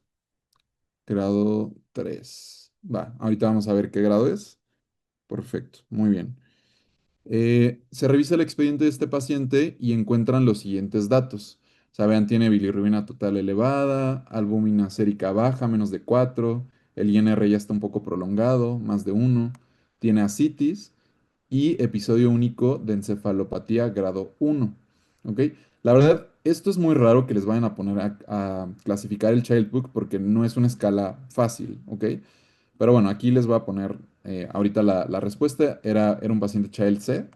En vez de B, ahorita les digo por qué. O sea, les digo que no debí de ponerles ahí que era un Child B. Estrictamente era un Child C por puntaje. Bueno, entonces, ¿qué sugiere el gradiente de albúmina sérica sobre el líquido de ascitis? Esto, si se los pusieran a calcular, pues básicamente es restar la albúmina sérica menos la del líquido. Es resta, no división ni nada. Es resta, ¿va? Más de 1.1, acuérdense que es sugestivo de que sea de origen portal. Y menos de 1.1, ¿qué causas podrían tener? O sea, si tienen una ascitis con un GASLA de menos de, o sea, le sale en 0.8, ¿eso qué podría ser? Así, una pregunta clásica. Eso, súper bien, Marce. Muy bien, carcinomatosis, ¿ok? La carcinomatosis, o la pregunta, así, la pregunta clásica en ARM, creo que por ahí les metí una en el simulador de ahora de agosto, es tuberculosis. O sea, clásico, así. Paciente con ascitis, gasla de 0.8, ha perdido peso y tuvo tos, eso es TB, ¿no? O sea, y les van a poner, los van a intentar confundir con que es cirrótico por alcohol y cosas así. ¿Va? Pero si el gas es menos de 1.1, eso es no portal, ¿ok? Busquen otras causas no hepáticas, pues. ¿Sale? Principales, carcinomatosis, TB, ¿va? Ok, bueno, esto en todos los pacientes con insuficiencia hepática crónica, con sospecha de ascitis, acuérdense de medir perímetro abdominal y los signos clásicos que les pueden preguntar es el signo de la ola, o el signo del témpano de hielo y matidez cambiante, ¿no? Esos son como signos así muy clásicos de asitis. Eh, Luego, bueno, esto creo que ya lo resolvimos, o sea, cómo se repone la albúmina después de haber drenado el líquido. Acuérdense, más de 5 litros se recomienda albúmina 8 a 10 gramos por cada litro de líquido extraído por vía intravenosa. ¿Ok? Y si extraen menos de 5 litros, aquí la guía es como de, o sea, el 2004, porque esto no se hace, porque no se ha demostrado beneficios en mortalidad o en reincidencia de ascitis. Pero te dice que uses expansores del plasma, o sea, que son coloides. Dextran, Hemacel, no sé qué, o sea, ustedes apréndanse esto. Más de 5 litros, le doy albúmina. ¿Cuánto? 8 gramos por cada litro desde el primer litro. ¿Sale? Muy bien. No, o sea, ya pusieron aquí como de, por eso es la D, no. Acuérdate que aquí importante, Cristal, se repone desde el primer litro. O sea, te dicen, sí, hazlo a partir de 5 litros, pero por litro de líquido extraído. Es decir, que si yo le saqué 6, le voy a 6 por 8, 48 gramos de aluminio. ¿Va que va? ¿Sí? Ok, muy bien. Entonces, esto súper importante, cómo clasificar los grados de asitis. Acuérdense que, o sea, son 3 grados. Uno, 2, 3. Está bien fácil esto. 3 es atención. 2 es que, o sea, clínicamente tiene asitis, pero no está así como globo, ¿no? No hay ahí un corte de perímetro abdominal, esto es meramente clínico. Y el uno es que nada más lo encuentro por ultrasonido, ¿sale? Entonces, este era un paciente que tenía pues una asitis tal que tuviste que darle una paracentesis, ¿no? Entonces, pues obviamente es grado 3. ¿Y por qué era Child C? Aquí yo sé que está remarcado el B, pero ignoren esto. Pues básicamente si sumábamos todos los puntajes, yo lo sumé, daba creo que 10 puntos. Entonces, estrictamente sería C. No se hagan bolas ahorita con esta pregunta. Lo único que sí me gustaría que se aprendan de esta escala del Child es que incluye cada una, ¿ok? Este, que es, vean, ascitis, encefalopatía, bilirrubina, albúmina y el TP. En los EC Docs de insuficiencia hepática hay una mnemotecnia que es BATEA, ¿ok? Para que la vean ahí con calma, que es bilirrubina, ascitis, tiempo de protrombina, la E de encefalopatía y la A de albúmina. Y lo único que necesito yo que se aprendan, que eso sí ha venido en los exámenes así, es que les dan un puntaje y que con base en el puntaje ustedes digan qué child es, ¿ok? O sea, les dicen, tiene child de 8. ¿Qué clase es? Pues B. O sea, porque obviamente no hay memoria suficiente pues para aprenderse así cada parámetro, o sea, no pierdan tiempo en eso. O sea, lo que les pueden preguntar es el puntaje y qué incluye la escala, ¿sale? Muy bien. Eso. Perfecto, chicos. Va. Esto, puta, o sea, bien importante, esto vino en el ENARM pasado, entonces si ya te disociaste, otra vez, atención aquí. ¿Sale? A ver, ¿cuándo una cirrosis es compensada o descompensada? Depende de estas 5 cosas. Una cirrosis es descompensada, fíjate, si tienen ascitis, encefalopatía, sangrado, peritonitis o síndrome patorrenal. Apréndetelas, ¿ok? Eso es muy importante. O sea, cuando una cirrosis es descompensada, si tiene cualquiera de estos. Y a esos pacientes les va peor, ¿sale? Ahora, ¿cuándo una citis es refractaria? Cuando en un mes, a pesar de tener terapia médica, no jaló. ¿Sale? Si en un mes no jala con tu tratamiento, es refractario. Y la intratable es cuando tiene efectos adversos por el tratamiento. O sea, no puede tratarse con diuréticos por efectos adversos graves o complicaciones. O sea, ya trae así sodio de 120 y está así de que en Saturno por la hiponatremia. Eso es una citis intratable porque ya no hay nada que hacer. Y a esos pacientes seguramente ya pues haya que hacerles terapias como un TIPS o una derivación portosistémica, ¿ok? Indicaciones de TIPS o derivación portosistémica es que lo estés extrayendo, o sea, que le hagas drenajes más de 3 en un mes. Yo sé que esto es un buen, pero bueno, es pues ni modo. O sea, esto vino en el examen pasado, entonces si no te lo aprendes, vas a perder puntos. Apréndete esto, ¿sale? Conceptos súper importantes, chicos. Eh, Ahora, ¿qué le vamos a dar al manejo de ascitis y de encefalopatía? Pues vean, dieta hipercalórica, 1 a 2 gramos de sodio al día, restringirlo de líquidos, y esto sobre todo es para la encefalopatía hepática. Que en el han pasado también preguntaron la escala para la encefalopatía hepática. ¿Alguien sabe cuál es?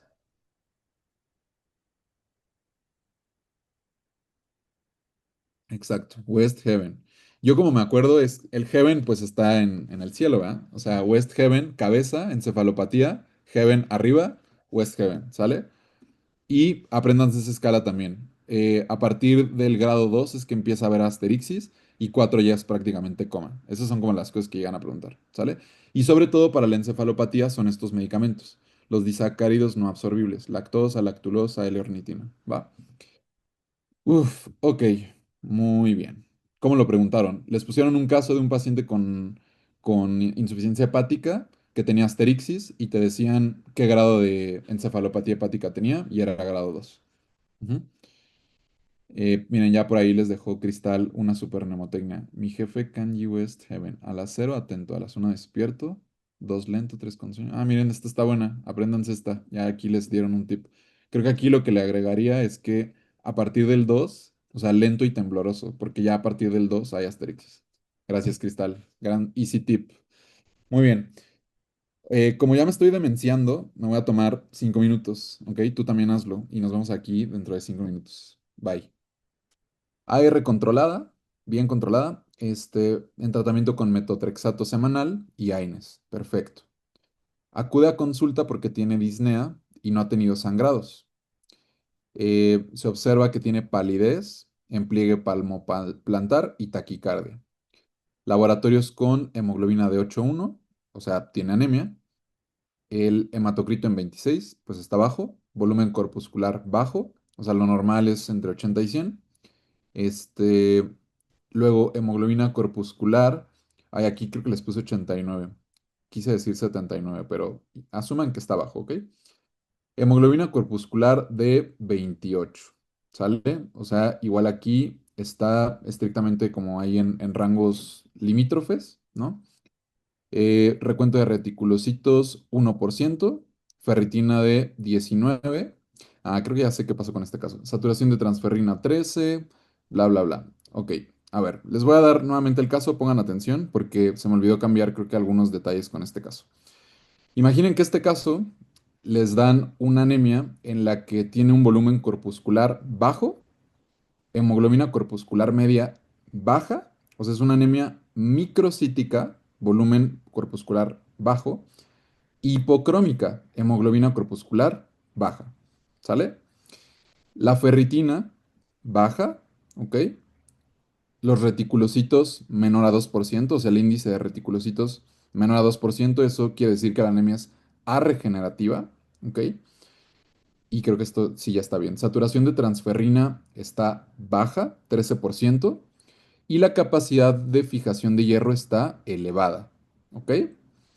Muy bien, entonces te dicen LDH, bilis normales, vitamina B12 y B9 dentro de rango, BCG normal, índice corregido de Retis, 0,8. Listo. Entonces ahora sí, ¿cuál es el diagnóstico más probable en este caso? Ya veo que la mayoría contestó, ferropénica. Súper bien. Oigan, ¿y por qué no megaloblástica? ¿Por qué? Ah, ahí les va.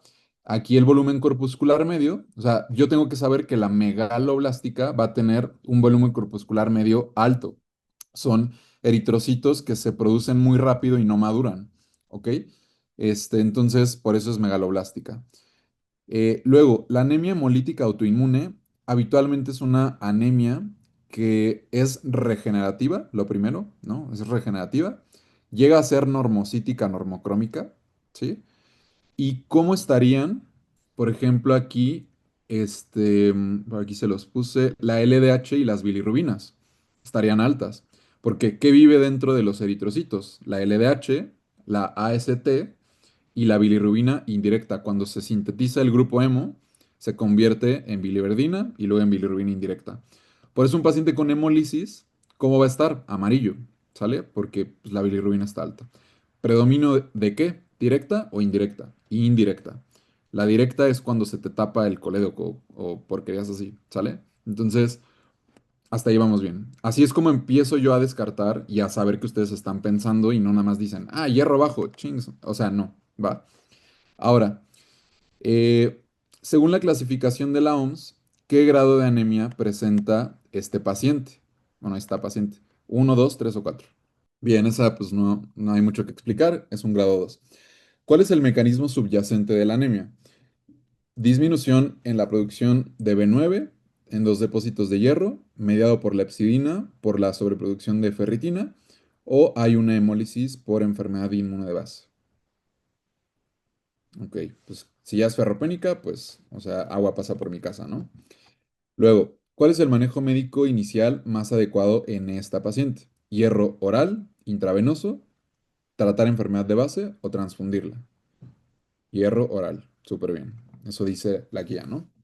Luego, ¿cuál es el primer parámetro que se espera que mejore con el tratamiento adecuado? ¿Cuál es el primer parámetro que espera que mejore? Retis, megaloblastos, baja la BCG o aumenta la hemoglobina en una semana. Están perrísimos, amigos. Perrísimos, exacto. Muy bien, reticulocitos. Que a esos llegan a aumentar, o sea, comienzan a aumentar a partir del tercer a quinto día. Benditos flashcards, sí, esto por ahí lo metimos. Muy bien, entonces, pues bueno, ya explicamos aquí por qué es ferropénica. Ahorita les tengo ahí un esquema muy bonito de cómo yo me acuerdo. El grado, pues bueno, igual ahorita lo vemos. Me quiero nada más detener aquí en los grados porque eso no lo puse más adelante. Pues ahí no hay pierde, o sea, te lo tienes que aprender, ¿no? De 12 a 10, bueno, a 11, de 10,9 a 8, menos de 8 o menos de 6, ¿sale? Esos son los grados estrictamente ahí de la OMS. Eso nada más apréndetelo. Y ahora, el manejo médico más adecuado en este paciente, pues dado que es una anemia por deficiencia de hierro, el tratamiento será oral, ¿sí? O sea, igual el parámetro que aumenta más rápido son los retis.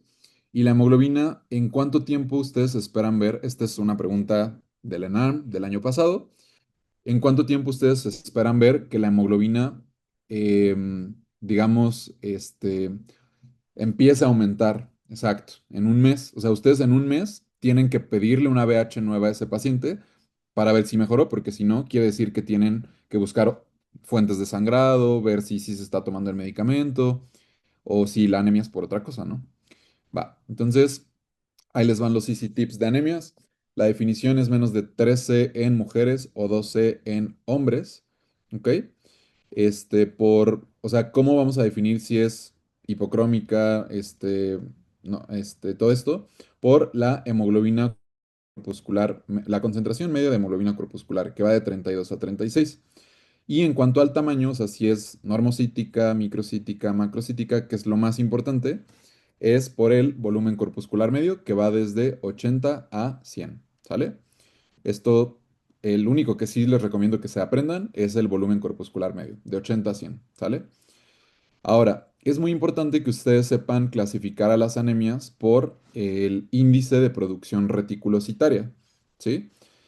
Si los reticulocitos empiezan a aumentar en contexto de una anemia, quiere decir que la médula ósea está todo ok, ¿sale? Y que por ende va a lograr compensarlo y van a aumentar esos reticulocitos.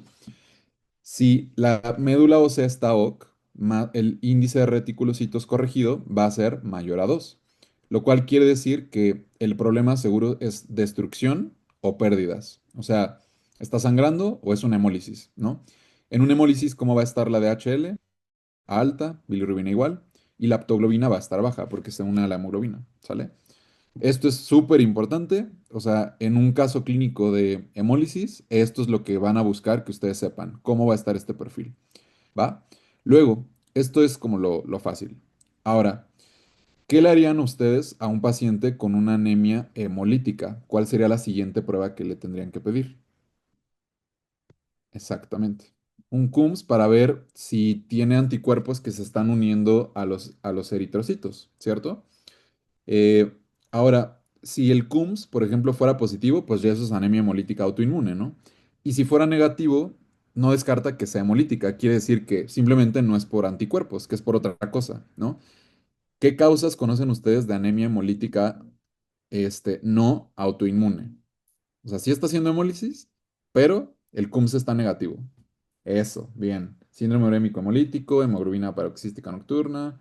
Exacto, PTT, bien, va. Estas son preguntas de siempre, o sea, en los exámenes así, sobre todo de interna, que manejan muy bien eso del CUMS positivo, negativo y las causas, ¿sale?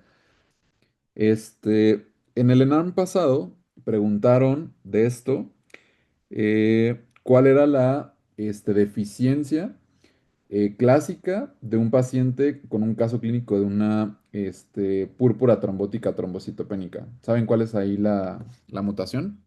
Adams TC13, exacto. ¿Va? Pregunta en ARM, amigos. No es mi culpa, yo no hago el examen. Ni modo, vienen estas cosas, ¿ok? No se los quise agregar aquí, pues porque es mucho ruido en un mismo lugar, pero por eso quería como discutirlo verbalmente. Adams TC13. Va, entonces, regresemos a anemia y a la clasificación por índice de reticulocitos. Si el índice de reticulocitos es menor a 2, no estoy produciendo retis, que son la forma más inmadura de un eritrocito. Quiere decir que la médula ósea está atontada, ¿ok? Y esto puede ser, pues, porque no tiene suficiente comida para producir más eritrocitos, o sea, no tiene hierro, no tiene folatos, no tiene cianocobalamina, o sea, B9, B12 o hierro, ¿no? Entonces, aquí es donde sirve el volumen corpuscular medio. Si es bajo, o sea, si es microcítica, apuesten que eso sea por deficiencia de hierro, talasemias, anemia sideroblástica, ¿ok? Ahora, si el volumen corpuscular medio es normal, eso apunten a que, o sea, por ejemplo, una anemia por trastornos inflamatorios, ¿ok? Y si es elevado, por ejemplo, ahí lo clásico, una anemia macrocítica por deficiencia ya sea de B9 o de B12, ¿sale? Apréndanse esto, se los juro que va a venir. Esto así de memoria, amigos. Así, sketchéenlo 10 veces hoy terminando este taller en su cuaderno hasta que se lo aprendan todo, ¿ok? Muy importante que sepan la fisiopatología de la anemia por trastornos inflamatorios. Esto, o sea, este tipo de anemia, como decíamos, es normocítica, ¿ok? Va a tener un índice reticulocitario bajo, ¿sí? Y habitualmente, pues va a ser un paciente que tiene enfermedad renal crónica, artritis reumatoide, lupus, cosas así, y que la ferritina va a estar alta, ¿sale? Y como la ferritina está alta, o sea, aquí ya me estoy saliendo un poco de encuadre, pero lo único que tienen que saber es que este, hay una molécula que se llama epsidina que regula la exportación de hierro de las células que guardan hierro. ¿Ok? Entonces, si hay mucha epsidina, no permite la exportación de este hierro, ¿sale? Entonces, ferritina alta, epsidina alta, no hay exportación de hierro y por eso estos pacientes también tienen hierro bajito, pero con una ferritina muy elevada. Diferencias clave entre una anemia ferropénica y una anemia por trastornos crónicos o inflamatorios es la ferritina. Y el mecanismo fisiopatológico de una anemia por trastornos crónicos es la ferritina que regula el metabolismo de la epsidina. Yo sé que hablé mucho, está raro, pero entiendan esto, ¿ok? Vuelvan a repetir el video después o pregúntenme por el chat, pero esto tiene que quedar muy claro, ¿sale? Listo, ya, esto era lo más difícil, ya podemos continuar con nuestra vida. El caso clínico más frecuente que les pueden poner es de anemia ferropénica, entonces tienen que conocer a la perfección cómo estaría el perfil de un paciente con anemia ferropénica. Obviamente aquí el hierro va a estar bajo, la capacidad de fijación total de hierro, ¿cómo va a estar? Alta. Y la ferritina, que es el almacenamiento del hierro en el hígado, bueno, en el sistema reticular endotelial, va a estar bajo. ¿Ok? ¿Esto cómo se pueden acordar? Bueno, acuérdense que la transferrina es como o sea, es un transportador de hierro, ¿ok? Es como un camioncito. Entonces, si en el camioncito hay lugares, ¿sale? La capacidad de transportar el hierro va a ser alta, porque pues hay mucho lugar para transportar hierro. Entonces la capacidad de fijación total de hierro va a estar alta, ¿ok? Entonces, esto es importante que lo manejen bien. El porcentaje de saturación de la transferrina, por ejemplo, si hay deficiencia de hierro, ¿cómo va a estar? Pues como no hay hierro, el porcentaje de saturación, si no hay hierro aquí, pues va a estar bajo, ¿no? La capacidad de fijación total de hierro la transferrina aquí puede transportar moléculas de hierro, entonces va a estar alta, ¿sale? El hierro sérico va a estar bajo y la ferritina va a estar baja. Así es el perfil como más importante que necesito que se aprendan de la anemia ferropénica, ¿ok? Aquí les dejo un esquema y aquí les dejo la comparativa de la anemia por trastornos crónicos, que lo principal es que van a tener la ferritina elevada, ¿ok? Y el hierro también va a estar bajito. Listo. Esto apréndanselo. Yo sé que este tema, la verdad es que sí está difícil, pero nuevamente, esto no es una clase, es un repaso, nada más como para homogeneizar conceptos, ¿va? Ok, entonces, ¿cómo vamos a hacer para manejar una anemia ferropénica? Pues algo muy importante es que no nada más se guíen del valor de la hemoglobina para decidir, por ejemplo, si transfunden o no un paciente. Eso es lo que dice la guía, pero la realidad es otra, para ser muy honestos. La guía te dice, transfunde a todo paciente que esté inestable. Choque, cirugía urgente, comorbilidad asociada a hipoxia, ¿no? Un EPOC que esté muy sintomático, un paciente que vas a meter a quirófano y va a perder más sangre. Un paciente chocado por anemia, transfúndelo, ¿sale? Aunque el punto de corte estricto que manejan las guías es 7 y 8 si tiene enfermedad cardiovascular, ¿va? ¿Qué le vamos a dar? Hierro vía oral. Prácticamente esto es como lo menciona la guía. Ujú.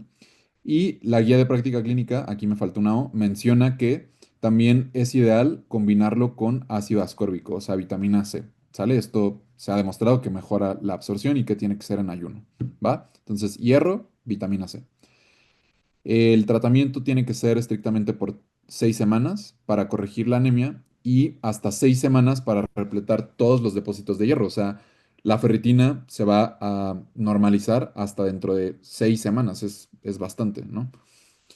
Ahora, esto es importante. El aumento esperado de hemoglobina ocurre más o menos al mes del inicio de empezar el hierro y al mes tendría que haber corregido al menos 1 gramo. Esto es muy importante. O sea, porque ya ven que luego les gusta preguntar como el seguimiento. O sea, ¿en cuánto tiempo ves en el primer nivel de atención, no sé qué, la anemia?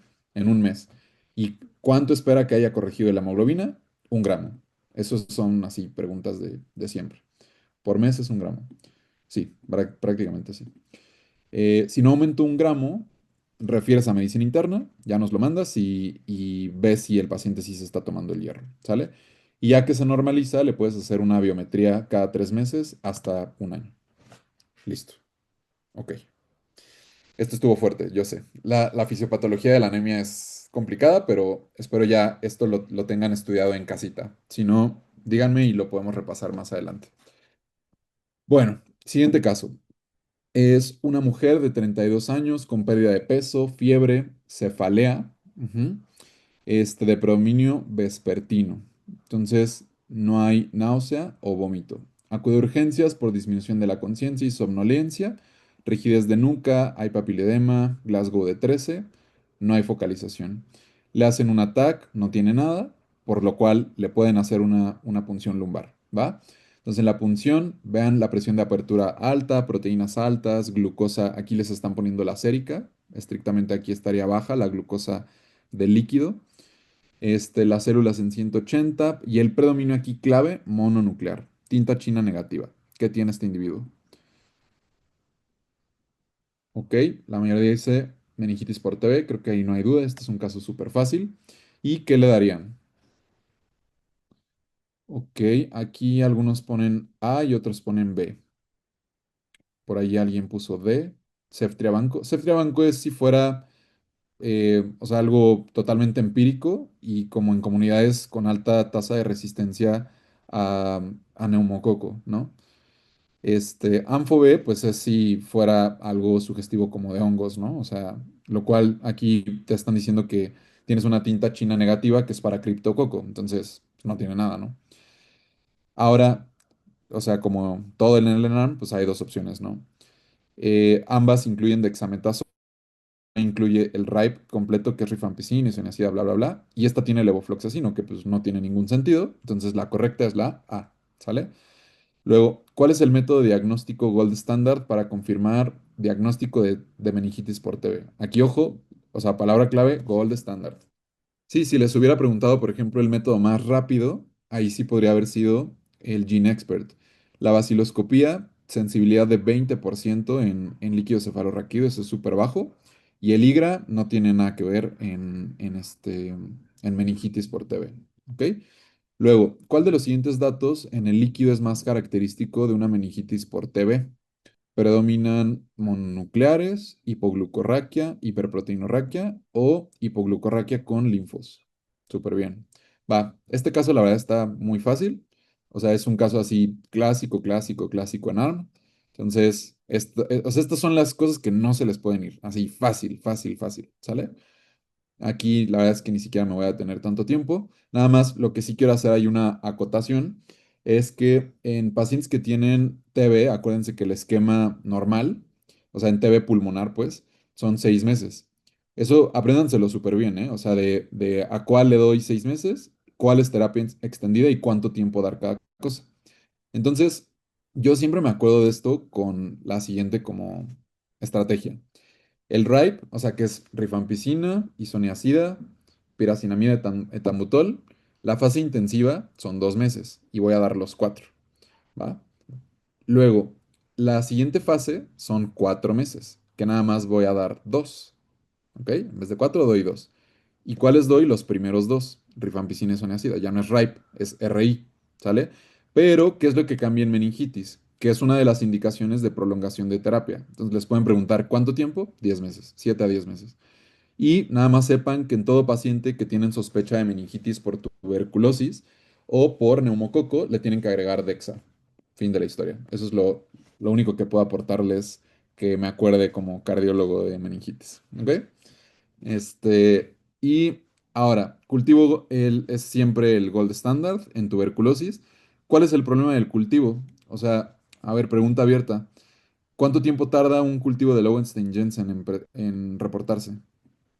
Esto sería una pregunta muy manchada, pero veamos qué tanto han leído. Un mes. Ah, estás muy perro, Sebas. Justo, un mes. Y el Gene Expert tarda horas, o sea, en 24 horas ya te lo tienen, ¿no? Entonces, o sea, la verdad es que esto ha ido cambiando, pero bueno, aquí palabra clave, gold standard, ¿va? ¿Y cómo va a estar un líquido cefalorraquídeo en una meningitis por TB? Pues básicamente es igual que la bacteriana, o sea, proteínas altas, presión de apertura alta, pero lo clásico es que predominan, en vez de los polimorfonucleares, predominan los mononucleares, ¿sale? La glucosa va a estar baja y la palabra clave que también pueden encontrar aquí es jantocrómico, ¿ok? Si les ponen un caso de una meningitis que tiene así la presión de apertura súper, súper, súper alta y tiene mononucleares, no es jantocrómico, la glucosa está normal, ahí piensen en hongos, cripto, por ejemplo. Y lo clásico de los hongos es que la presión de apertura está súper, súper alta, ¿ok? Yo me acuerdo, o sea, esto es para que se acuerden con una historia trágica que me pasó en el internado, que teníamos un paciente que tenía una meningitis por cripto y VIH. Y me tocó hacerle la punción lumbar y fue así, neta, el día más trágico de mi vida porque, o sea, cuando le hice la punción, salió tan alto el líquido que me salpicó así toda la cara y obviamente tuve profilaxis, todo esto, o sea, así, fue un show, de verdad, fue horrible. Pero pues es para que se acuerden de que así a mí no se me va a volver a olvidar que la presión de apertura en un paciente con meningitis por hongos, por criptococo, la presión de apertura es súper alta, es algo clásico, ¿sale? Entonces vayan teniendo esas asociaciones. Jantocrómico, TB, y predominan mononucleares. ¿Qué otra cosa puede predominar mononucleares? Hongos, pero hongos que va a tener presión alta, ¿sale? La glucosa va a estar normal. Y bacterias es lo clásico, ¿no? Polimorfos, proteínas altas, glucosa baja, el líquido turbio, ¿sí? Creo que está fácil. Entonces, un quick recap de meningitis es, apréndanse la etiología, lo principal van a ser estos dos bichos, neumococo y meningococo, que, o sea, siento que a veces meningococo han tenido confusión de qué es, pero esto no es Neisseria gonorrea, ¿ok? Es Neisseria meningitidis, ¿sale? Y estos dos causan el 80% de las meningitis, ¿ok? La listeria, por ejemplo, les pueden poner un caso de un recién nacido y preguntarles el principal agente de meningitis en niños, o sea, que nacen así por vía transvaginal y es listeria. Pero, o sea, si le ponen strepto o meningococo, vean, 80% van a estar bien, ¿sale? Luego, las características del líquido, esto ya se los recité, pero pues, o sea, sí repasen esto. Lo único que sí también me gustaría acotar aquí es que, o sea, los puntos de apertura, de este corte, perdón, sí intenten saber al menos que las proteínas, el corte es 50 y que la glucosa es 2/3 de la sérica. O sea, a eso se refiere con esto de relación glucosa-LCR plasma. O sea, vean es 0,6, o sea, es dos veces el 30%, 30, 60%, o sea, el 60% de lo plasmático, ¿sale? Entonces, si tú tienes en plasma, no sé, 100 y en la, o sea, en el líquido tienes menos de 66 de glucosa, pues eso es bajo, ¿ok? Siempre es importante que sepan esta relación. Las proteínas, acuérdense del punto de corte 50, igual y la presión de apertura, eso estaría un poco manchado, 180 y que pues lo normal es que no haya leucocitos y que esté claro el líquido. Y ya de aquí ustedes en su casa háganse bolas que si es viral y bacteriana y todo esto. ¿Sí? Luego, ¿qué triada me dice la guía de práctica clínica de meningitis? Fiebre, rigidez de cuello y alteración del estado mental. ¿Cuál es el síntoma más frecuente? Fiebre. Eso dice la guía, o sea, ni modo. Punción lumbar a todos, excepto si hay datos de hipertensión intracraneal. ¿Quién me puede decir la maldita triada de hipertensión intracraneal? Voy muy rápido, amigos. Ya veo ahí caritas de que se están neveceando otra vez. No voy muy rápido, ok. A ver, díganme la triada de hipertensión intracraneal. D de detonados. Es la triada de Cushing, que es hipertensión, bradicardia y alteraciones respiratorias. ¿Sale? Eso sí, apréndansela. Y pues bueno, o sea, sepan que un paciente con hipertensión intracraneal también puede tener datos de focalización, de cerebración, papiledema, etcétera, y ahí estrictamente no le pueden hacer la punción hasta no tener una tomografía. ¿A quienes les vamos a pedir TAC? Inmunocomprometidos, lesiones ocupativas o que tengan datos de hipertensión intracraneal, incluyendo crisis convulsivas. ¿Sale? Básicamente, como se los pueden poner en un caso clínico, es un paciente así, o sea, con meningitis y mal, o sea, severísimo, ¿no? Así, Glasgow de 2, papiledema, tiene VIH y les digan, ¿cuál es el primer paso? Y que les digan, ¿punción lumbar o TAC? Pues ese paciente, si le haces una punción lumbar y tiene hipertensión intracraneal, o sea, lo único que vas a hacer es que ocasiones una herniación del uncus y que se muera, ¿no? Entonces sí te tienes que saber qué indicaciones hay de hacer un ataque previo a la punción, ¿va? Pero no es en todos. Si no tiene nada de esto, pues le puedes hacer la punción sin tema.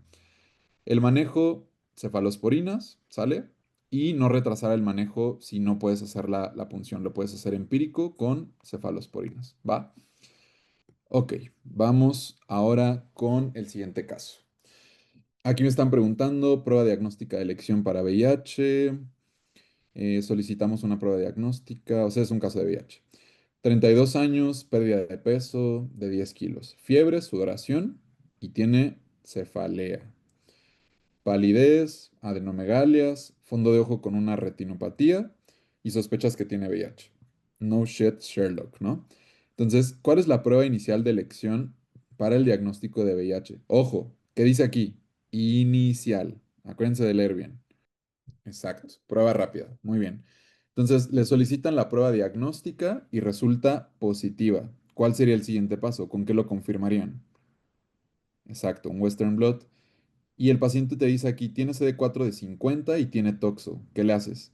Le inicias la terapia antirretroviral, le tratas el toxo y te esperas, le inicias el TAR y no le tratas la oportunista, o inicias el TAR junto con corticoides. Exacto, creo que ahí no hubo duda. Hay que darle primero el tratamiento antirretroviral o puede hacer síndrome de reconstitución inmune. ¿Cuándo debe monitorearse la respuesta inmunológica con CD4 en este paciente en particular? Esta fue una pregunta de mi ENARM, por eso digo, ese ENARM ya tiene bastante, pero pues, se los pueden preguntar. Exacto, al mes, 4 a 8 semanas y luego cada 3 a 6 meses. Apréndanse esto. ¿Qué se considera una respuesta terapéutica adecuada en este paciente? O sea, ¿cuánto tendría que aumentar? Pues no sé si es que baje la carga viral, aumenten los CD4, más de 200, más de 100 en el primer año. Aquí, ¿qué onda? Fíjense que la guía está un poco confusa, pero ahorita justificamos esa respuesta. ¿En qué momento se puede suspender la profilaxis para infecciones oportunistas en un paciente con VIH? Exacto. Muy bien. Cuando los CD4 tengan, o sea, más de 200 durante al menos 3 meses. Súper. Entonces, acuérdense, prueba inicial para VIH siempre es prueba rápida en un primer nivel de atención. En un mundo ideal eso ya es diferente, pero para el ENARM, prueba de VIH o prueba rápida, ¿sale? Esto nuevamente, o sea, esto ya no es así, ya no se necesita hacer esto, pero para su ENARM, sí. Entonces, tienen que tener una prueba rápida y ya de ahí se pueden ir a hacer, por ejemplo, un Western Blot para confirmarlo o otro ELISA. Pero aquí les están preguntando el siguiente paso que ya sería confirmar con un Western Blot. Aquí no estaba el ELISA, ¿no? Luego, conducta más apropiada, ya dijimos por qué es esta la C. Y aquí les puse así la cita textual de la guía. Es muy importante que en el primer nivel de atención, o sea, la opción más como asequible, ¿no? Es hacer una prueba rápida y vean sensibilidad y especificidad, o sea, es súper alta, ¿no? Y los ELISA, o sea, detectan otro antígeno, ¿cuál? El P24, mientras que las pruebas rápidas detectan anticuerpos totales contra VIH 1 y 2, ¿ok? La prueba confirmatoria, perdón, sería un Western Blot o una inmunofluorescencia indirecta antes de la terapia antirretroviral. ¿Sale? Esto importante, o sea, saber que ante una infección oportunista tienen que cubrir primero el tratamiento de VIH, ajá, o sea, iniciar el tratamiento antirretroviral antes de tratar la infección. Y habitualmente en todos es 2 semanas, excepto en cripto. En cripto, o sea, eso es súper severo, entonces denle más tiempo de terapia antirretroviral antes de tratar el criptococo. Pero contesten 2 semanas y vean, casi en todos van a estar bien. Toxo, TB, PCP y CMV. Lo que sí tienen que saber es con qué infecciones tienen que esperar un poco, ¿no? Que son estas que les dejo aquí, ¿sale? Igual apréndanse las enfermedades definitorias de SIDA. Eso también llegan a preguntarlo bastante. Ok. eh, Esto es nada más que sepan, o sea, que básicamente a todo paciente con diagnóstico de VIH le tienen que tratar de forma urgente, o sea, iniciarle el tratamiento antirretroviral, ¿ok? Y hay, o sea, como ciertas condiciones obligadas para que sea urgente, ¿no? Embarazo, CD4 bajos, coinfección con hepatitis, más de 50 años. Los medicamentos, obviamente no los vamos a repasar el día de hoy porque, nuevamente, esto no es una clase. Lo que sí les voy a decir es lo siguiente. Estos son los esquemas preferidos que te da la guía. Tenofovir, emtricitabina con efavirenz, o sea, todos los que vienen aquí, que básicamente es Biktarvy. Tenofovir, emtricitabina con efavirenz o con dolutegravir, ¿sale? Lo que sí te recomiendo que te aprendas es, o sea, qué combinaciones están como de primera línea, ¿no? O sea, eso sí es como muy, muy, muy importante. Y que te sepas, por ejemplo, en qué momento hay que monitorear la respuesta terapéutica, que la guía de práctica clínica te dice que es a las 4 a 8 semanas, ¿ok? Y luego cada 3 a 6 meses, ¿ok? Y que la respuesta terapéutica es que tengas un aumento de los CD4 de 50 a 100 células en el primer año. Si no, eso es un criterio de fracaso al tratamiento. ¿Sale? Y que la profilaxis la vas a dejar en caso de tener CD4 menos de 200, vas a dejar la profilaxis hasta tener al menos 200 células durante 3 meses.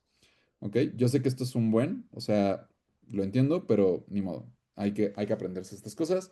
Y estamos llegando felizmente a nuestro último caso, amigos. No se besen, ya casi, ya casi, ya casi. El último caso es de un paciente que tiene 50 años con antecedente de obesidad y antecedente de diabetes tipo 2. ¿Ok? Acude a consulta porque tiene poliuria, polidipsia y pérdida de peso de 4 kilos en los últimos 3 meses. ¿Sale? Entonces, a su ingreso tiene una glucosa de ayuno de 148 y la glucosilada de 7,2. No hay síntomas y se inicia control metabólico y se solicitan estudios complementarios. Entonces, les están preguntando aquí cuál de los siguientes criterios te permite diagnosticar diabetes sin necesidad de confirmarla. O sea, aleatoria en 200 con síntomas, eso es diagnóstico. Cualquier otra, no es diagnóstica y hay que repetirla, ¿ok? Sobre todo si no tiene síntomas. Luego, ¿cuál es la meta de LDL en un paciente con diabetes? C, exacto, menos de 100. Eh, Ahora, ¿cuál es el fármaco de primera línea indicado en este paciente específico y su dosis mínima eficaz? ¿Qué le darían? Aquí les dicen que tiene una glucosilada de 7. Exacto, metformina y la dosis mínima es 1 gramo. ¿Cuál de los siguientes escenarios amerita el inicio de terapia combinada desde el diagnóstico? O sea, ¿qué paciente le doy terapia dual al menos? Que tenga asintomático I6.5, más de 8, glucosa alterada, glucosa postprandial, exacto, más de 8 al diagnóstico. ¿Y qué medicamento debe evitarse como primera opción combinada por alto riesgo de hipoglucemia? Exacto, muy bien. Ya veo que la verdad la mayoría aquí tuvo todo bien este caso, muy bien. Acuérdense, diabetes, o sea, glucosa aleatoria más de 200 con síntomas es virtualmente diagnóstico y cualquier otra requiere de al menos una prueba confirmatoria. El LDL en diabetes es 100, a menos de que ya tenga alguna enfermedad cardiovascular como un EBC, un infarto, ahí sería 70, ¿ok? Y la dosis mínima eficaz de metformina es 1 gramo. Y la dosis máxima, esto también se lo tienen que saber, es 850 miligramos cada 8 horas o 2550 miligramos. ¿Sale? Ay Dios. Esto es importante, o sea, la guía básicamente simplificado te dice, puedes empezar con metformina en monoterapia si la glucosilada es menos de 8, pero si está entre 8 y 9, dale doble. Si tiene más de 9 y tiene síntomas, o aquí ya no lo puse, pero más de 300 de glucosa de ayuno, también te dice empieza la insulina, ¿sale? Entonces, me lo voy a saltar. No, no, no. Nada más voy a mencionar una cosa que no es de las guías de práctica clínica, que es esto, que sí se los pueden preguntar como en otros exámenes. Un paciente que tenga alto riesgo cardiovascular, este, o insuficiencia cardíaca y que tiene diabetes, o sea, o enfermedad renal crónica, los de elección ahí, o sea, en falla cardíaca, alto riesgo cardiovascular o RC, son ISGLT2 o GLP-1, ¿ok? En cualquier otros, o sea, ya ahí hay que ver, o sea, cuál sería la terapia ideal, ¿no? Hay varios, o sea, GLP-1, metformina, ISGLT2, DPP-4, etcétera, ¿sí? Esto importante, también he visto mucho esto en los exámenes de cuál es la escala de tamizaje como pues sugerida por las guías de práctica clínica para diabetes y es el FINRISC, ¿ok? Que básicamente pues es un cuestionario que si es más de 12 requiere más estudios, ¿sale? ¿Qué estudio? Al menos una glucosa plasmática en ayuno. Les dejo aquí los criterios de diabetes y prediabetes que desde luego se tienen que aprender y el esquema que pone la guía de práctica clínica para, o sea, qué herramientas podemos pues tener para el tamizaje y diagnóstico. Aquí sí me voy a detener un momento para que vean las metas. Las metas también son preguntas de siempre, que es glucosilada menos de 7, la glucosa de ayuno de 80 a 130 y a las 2 horas postprandial menos de 180. ¿Va? Aquí es básicamente lo que les decía de si está menos de 8 entre 8 a 9, o sea, estrictamente es 8,5, ¿no? O de 8,6 a 8,9, si es monoterapia, dual, triple, etcétera. Y nada más si aprendanse de esto. O sea, si la glucosilada está por encima de 9 o la glucosa más de 300, aquí hay que empezarle insulina, ¿sale? Y sí es importante que sepan más o menos cómo empezarla, la dosis, que son 10 unidades o 0,2 por kilo, ¿sale? Una insulina de acción larga. ¿Como cuál? Glargina, por ejemplo, ¿sale? Y que siempre los IECAS o ARA2 en pacientes con microalbuminuria están bien indicados a pesar de que, o sea, de que el paciente tenga diabetes y a pesar de que no tenga hipertensión. Si tiene microalbuminuria, hay que darle IECA o ARA2, ¿va? Y ya por último, nada más les quiero dejar esta acotación de las hipoglucemias, que la guía de práctica clínica la define como aquella glucosa menor a 70 y si tolera vía oral o no. O sea, si tolera vía oral, te dice trátalo vía oral con qué? 15 a 20 gramos de carbohidratos, que son 7 panditas, esto lo han preguntado, o 4 gomitas grandes, o toda la porquería que les dejo aquí. Y Si no tolera vía oral, el tratamiento tiene que ser IV, ¿sale? Solución glucosal 50% o glucagón, sobre todo si usa insulina. Uf, ok, muy bien amigos. Pues básicamente eso es todo. Yo sé que fue un taller bastante largo, con mucha información, pero de verdad, vean este taller así las veces que sean necesarias, porque intenté así de los temas más preguntados y las preguntas que más hacen, estuvimos como filtrando las cosas que más preguntan y las plasmamos en este taller, ¿ok? Entonces, pues espero les haya gustado. Sigan estudiando. La verdad es que con un taller no obviamente es suficiente, pero pues para eso están las guías, los simuladores, o sea, mucho de esto ya han visto que es repetición, repetición y práctica, ¿ok? Entonces, pues les agradezco mucho el haberse conectado. Si tienen por ahí alguna duda, creo que sí quedaron por ahí algunas dudas que ahorita checo en el chat, y les hago llegar como la retroalimentación de esas dudas particulares. Yo les advertí que este iba a ser un taller pesado, entonces les agradezco la paciencia y pues sería todo por hoy, amigos. Em, Sigan practicando y nos vemos pronto. Descansen, chicos.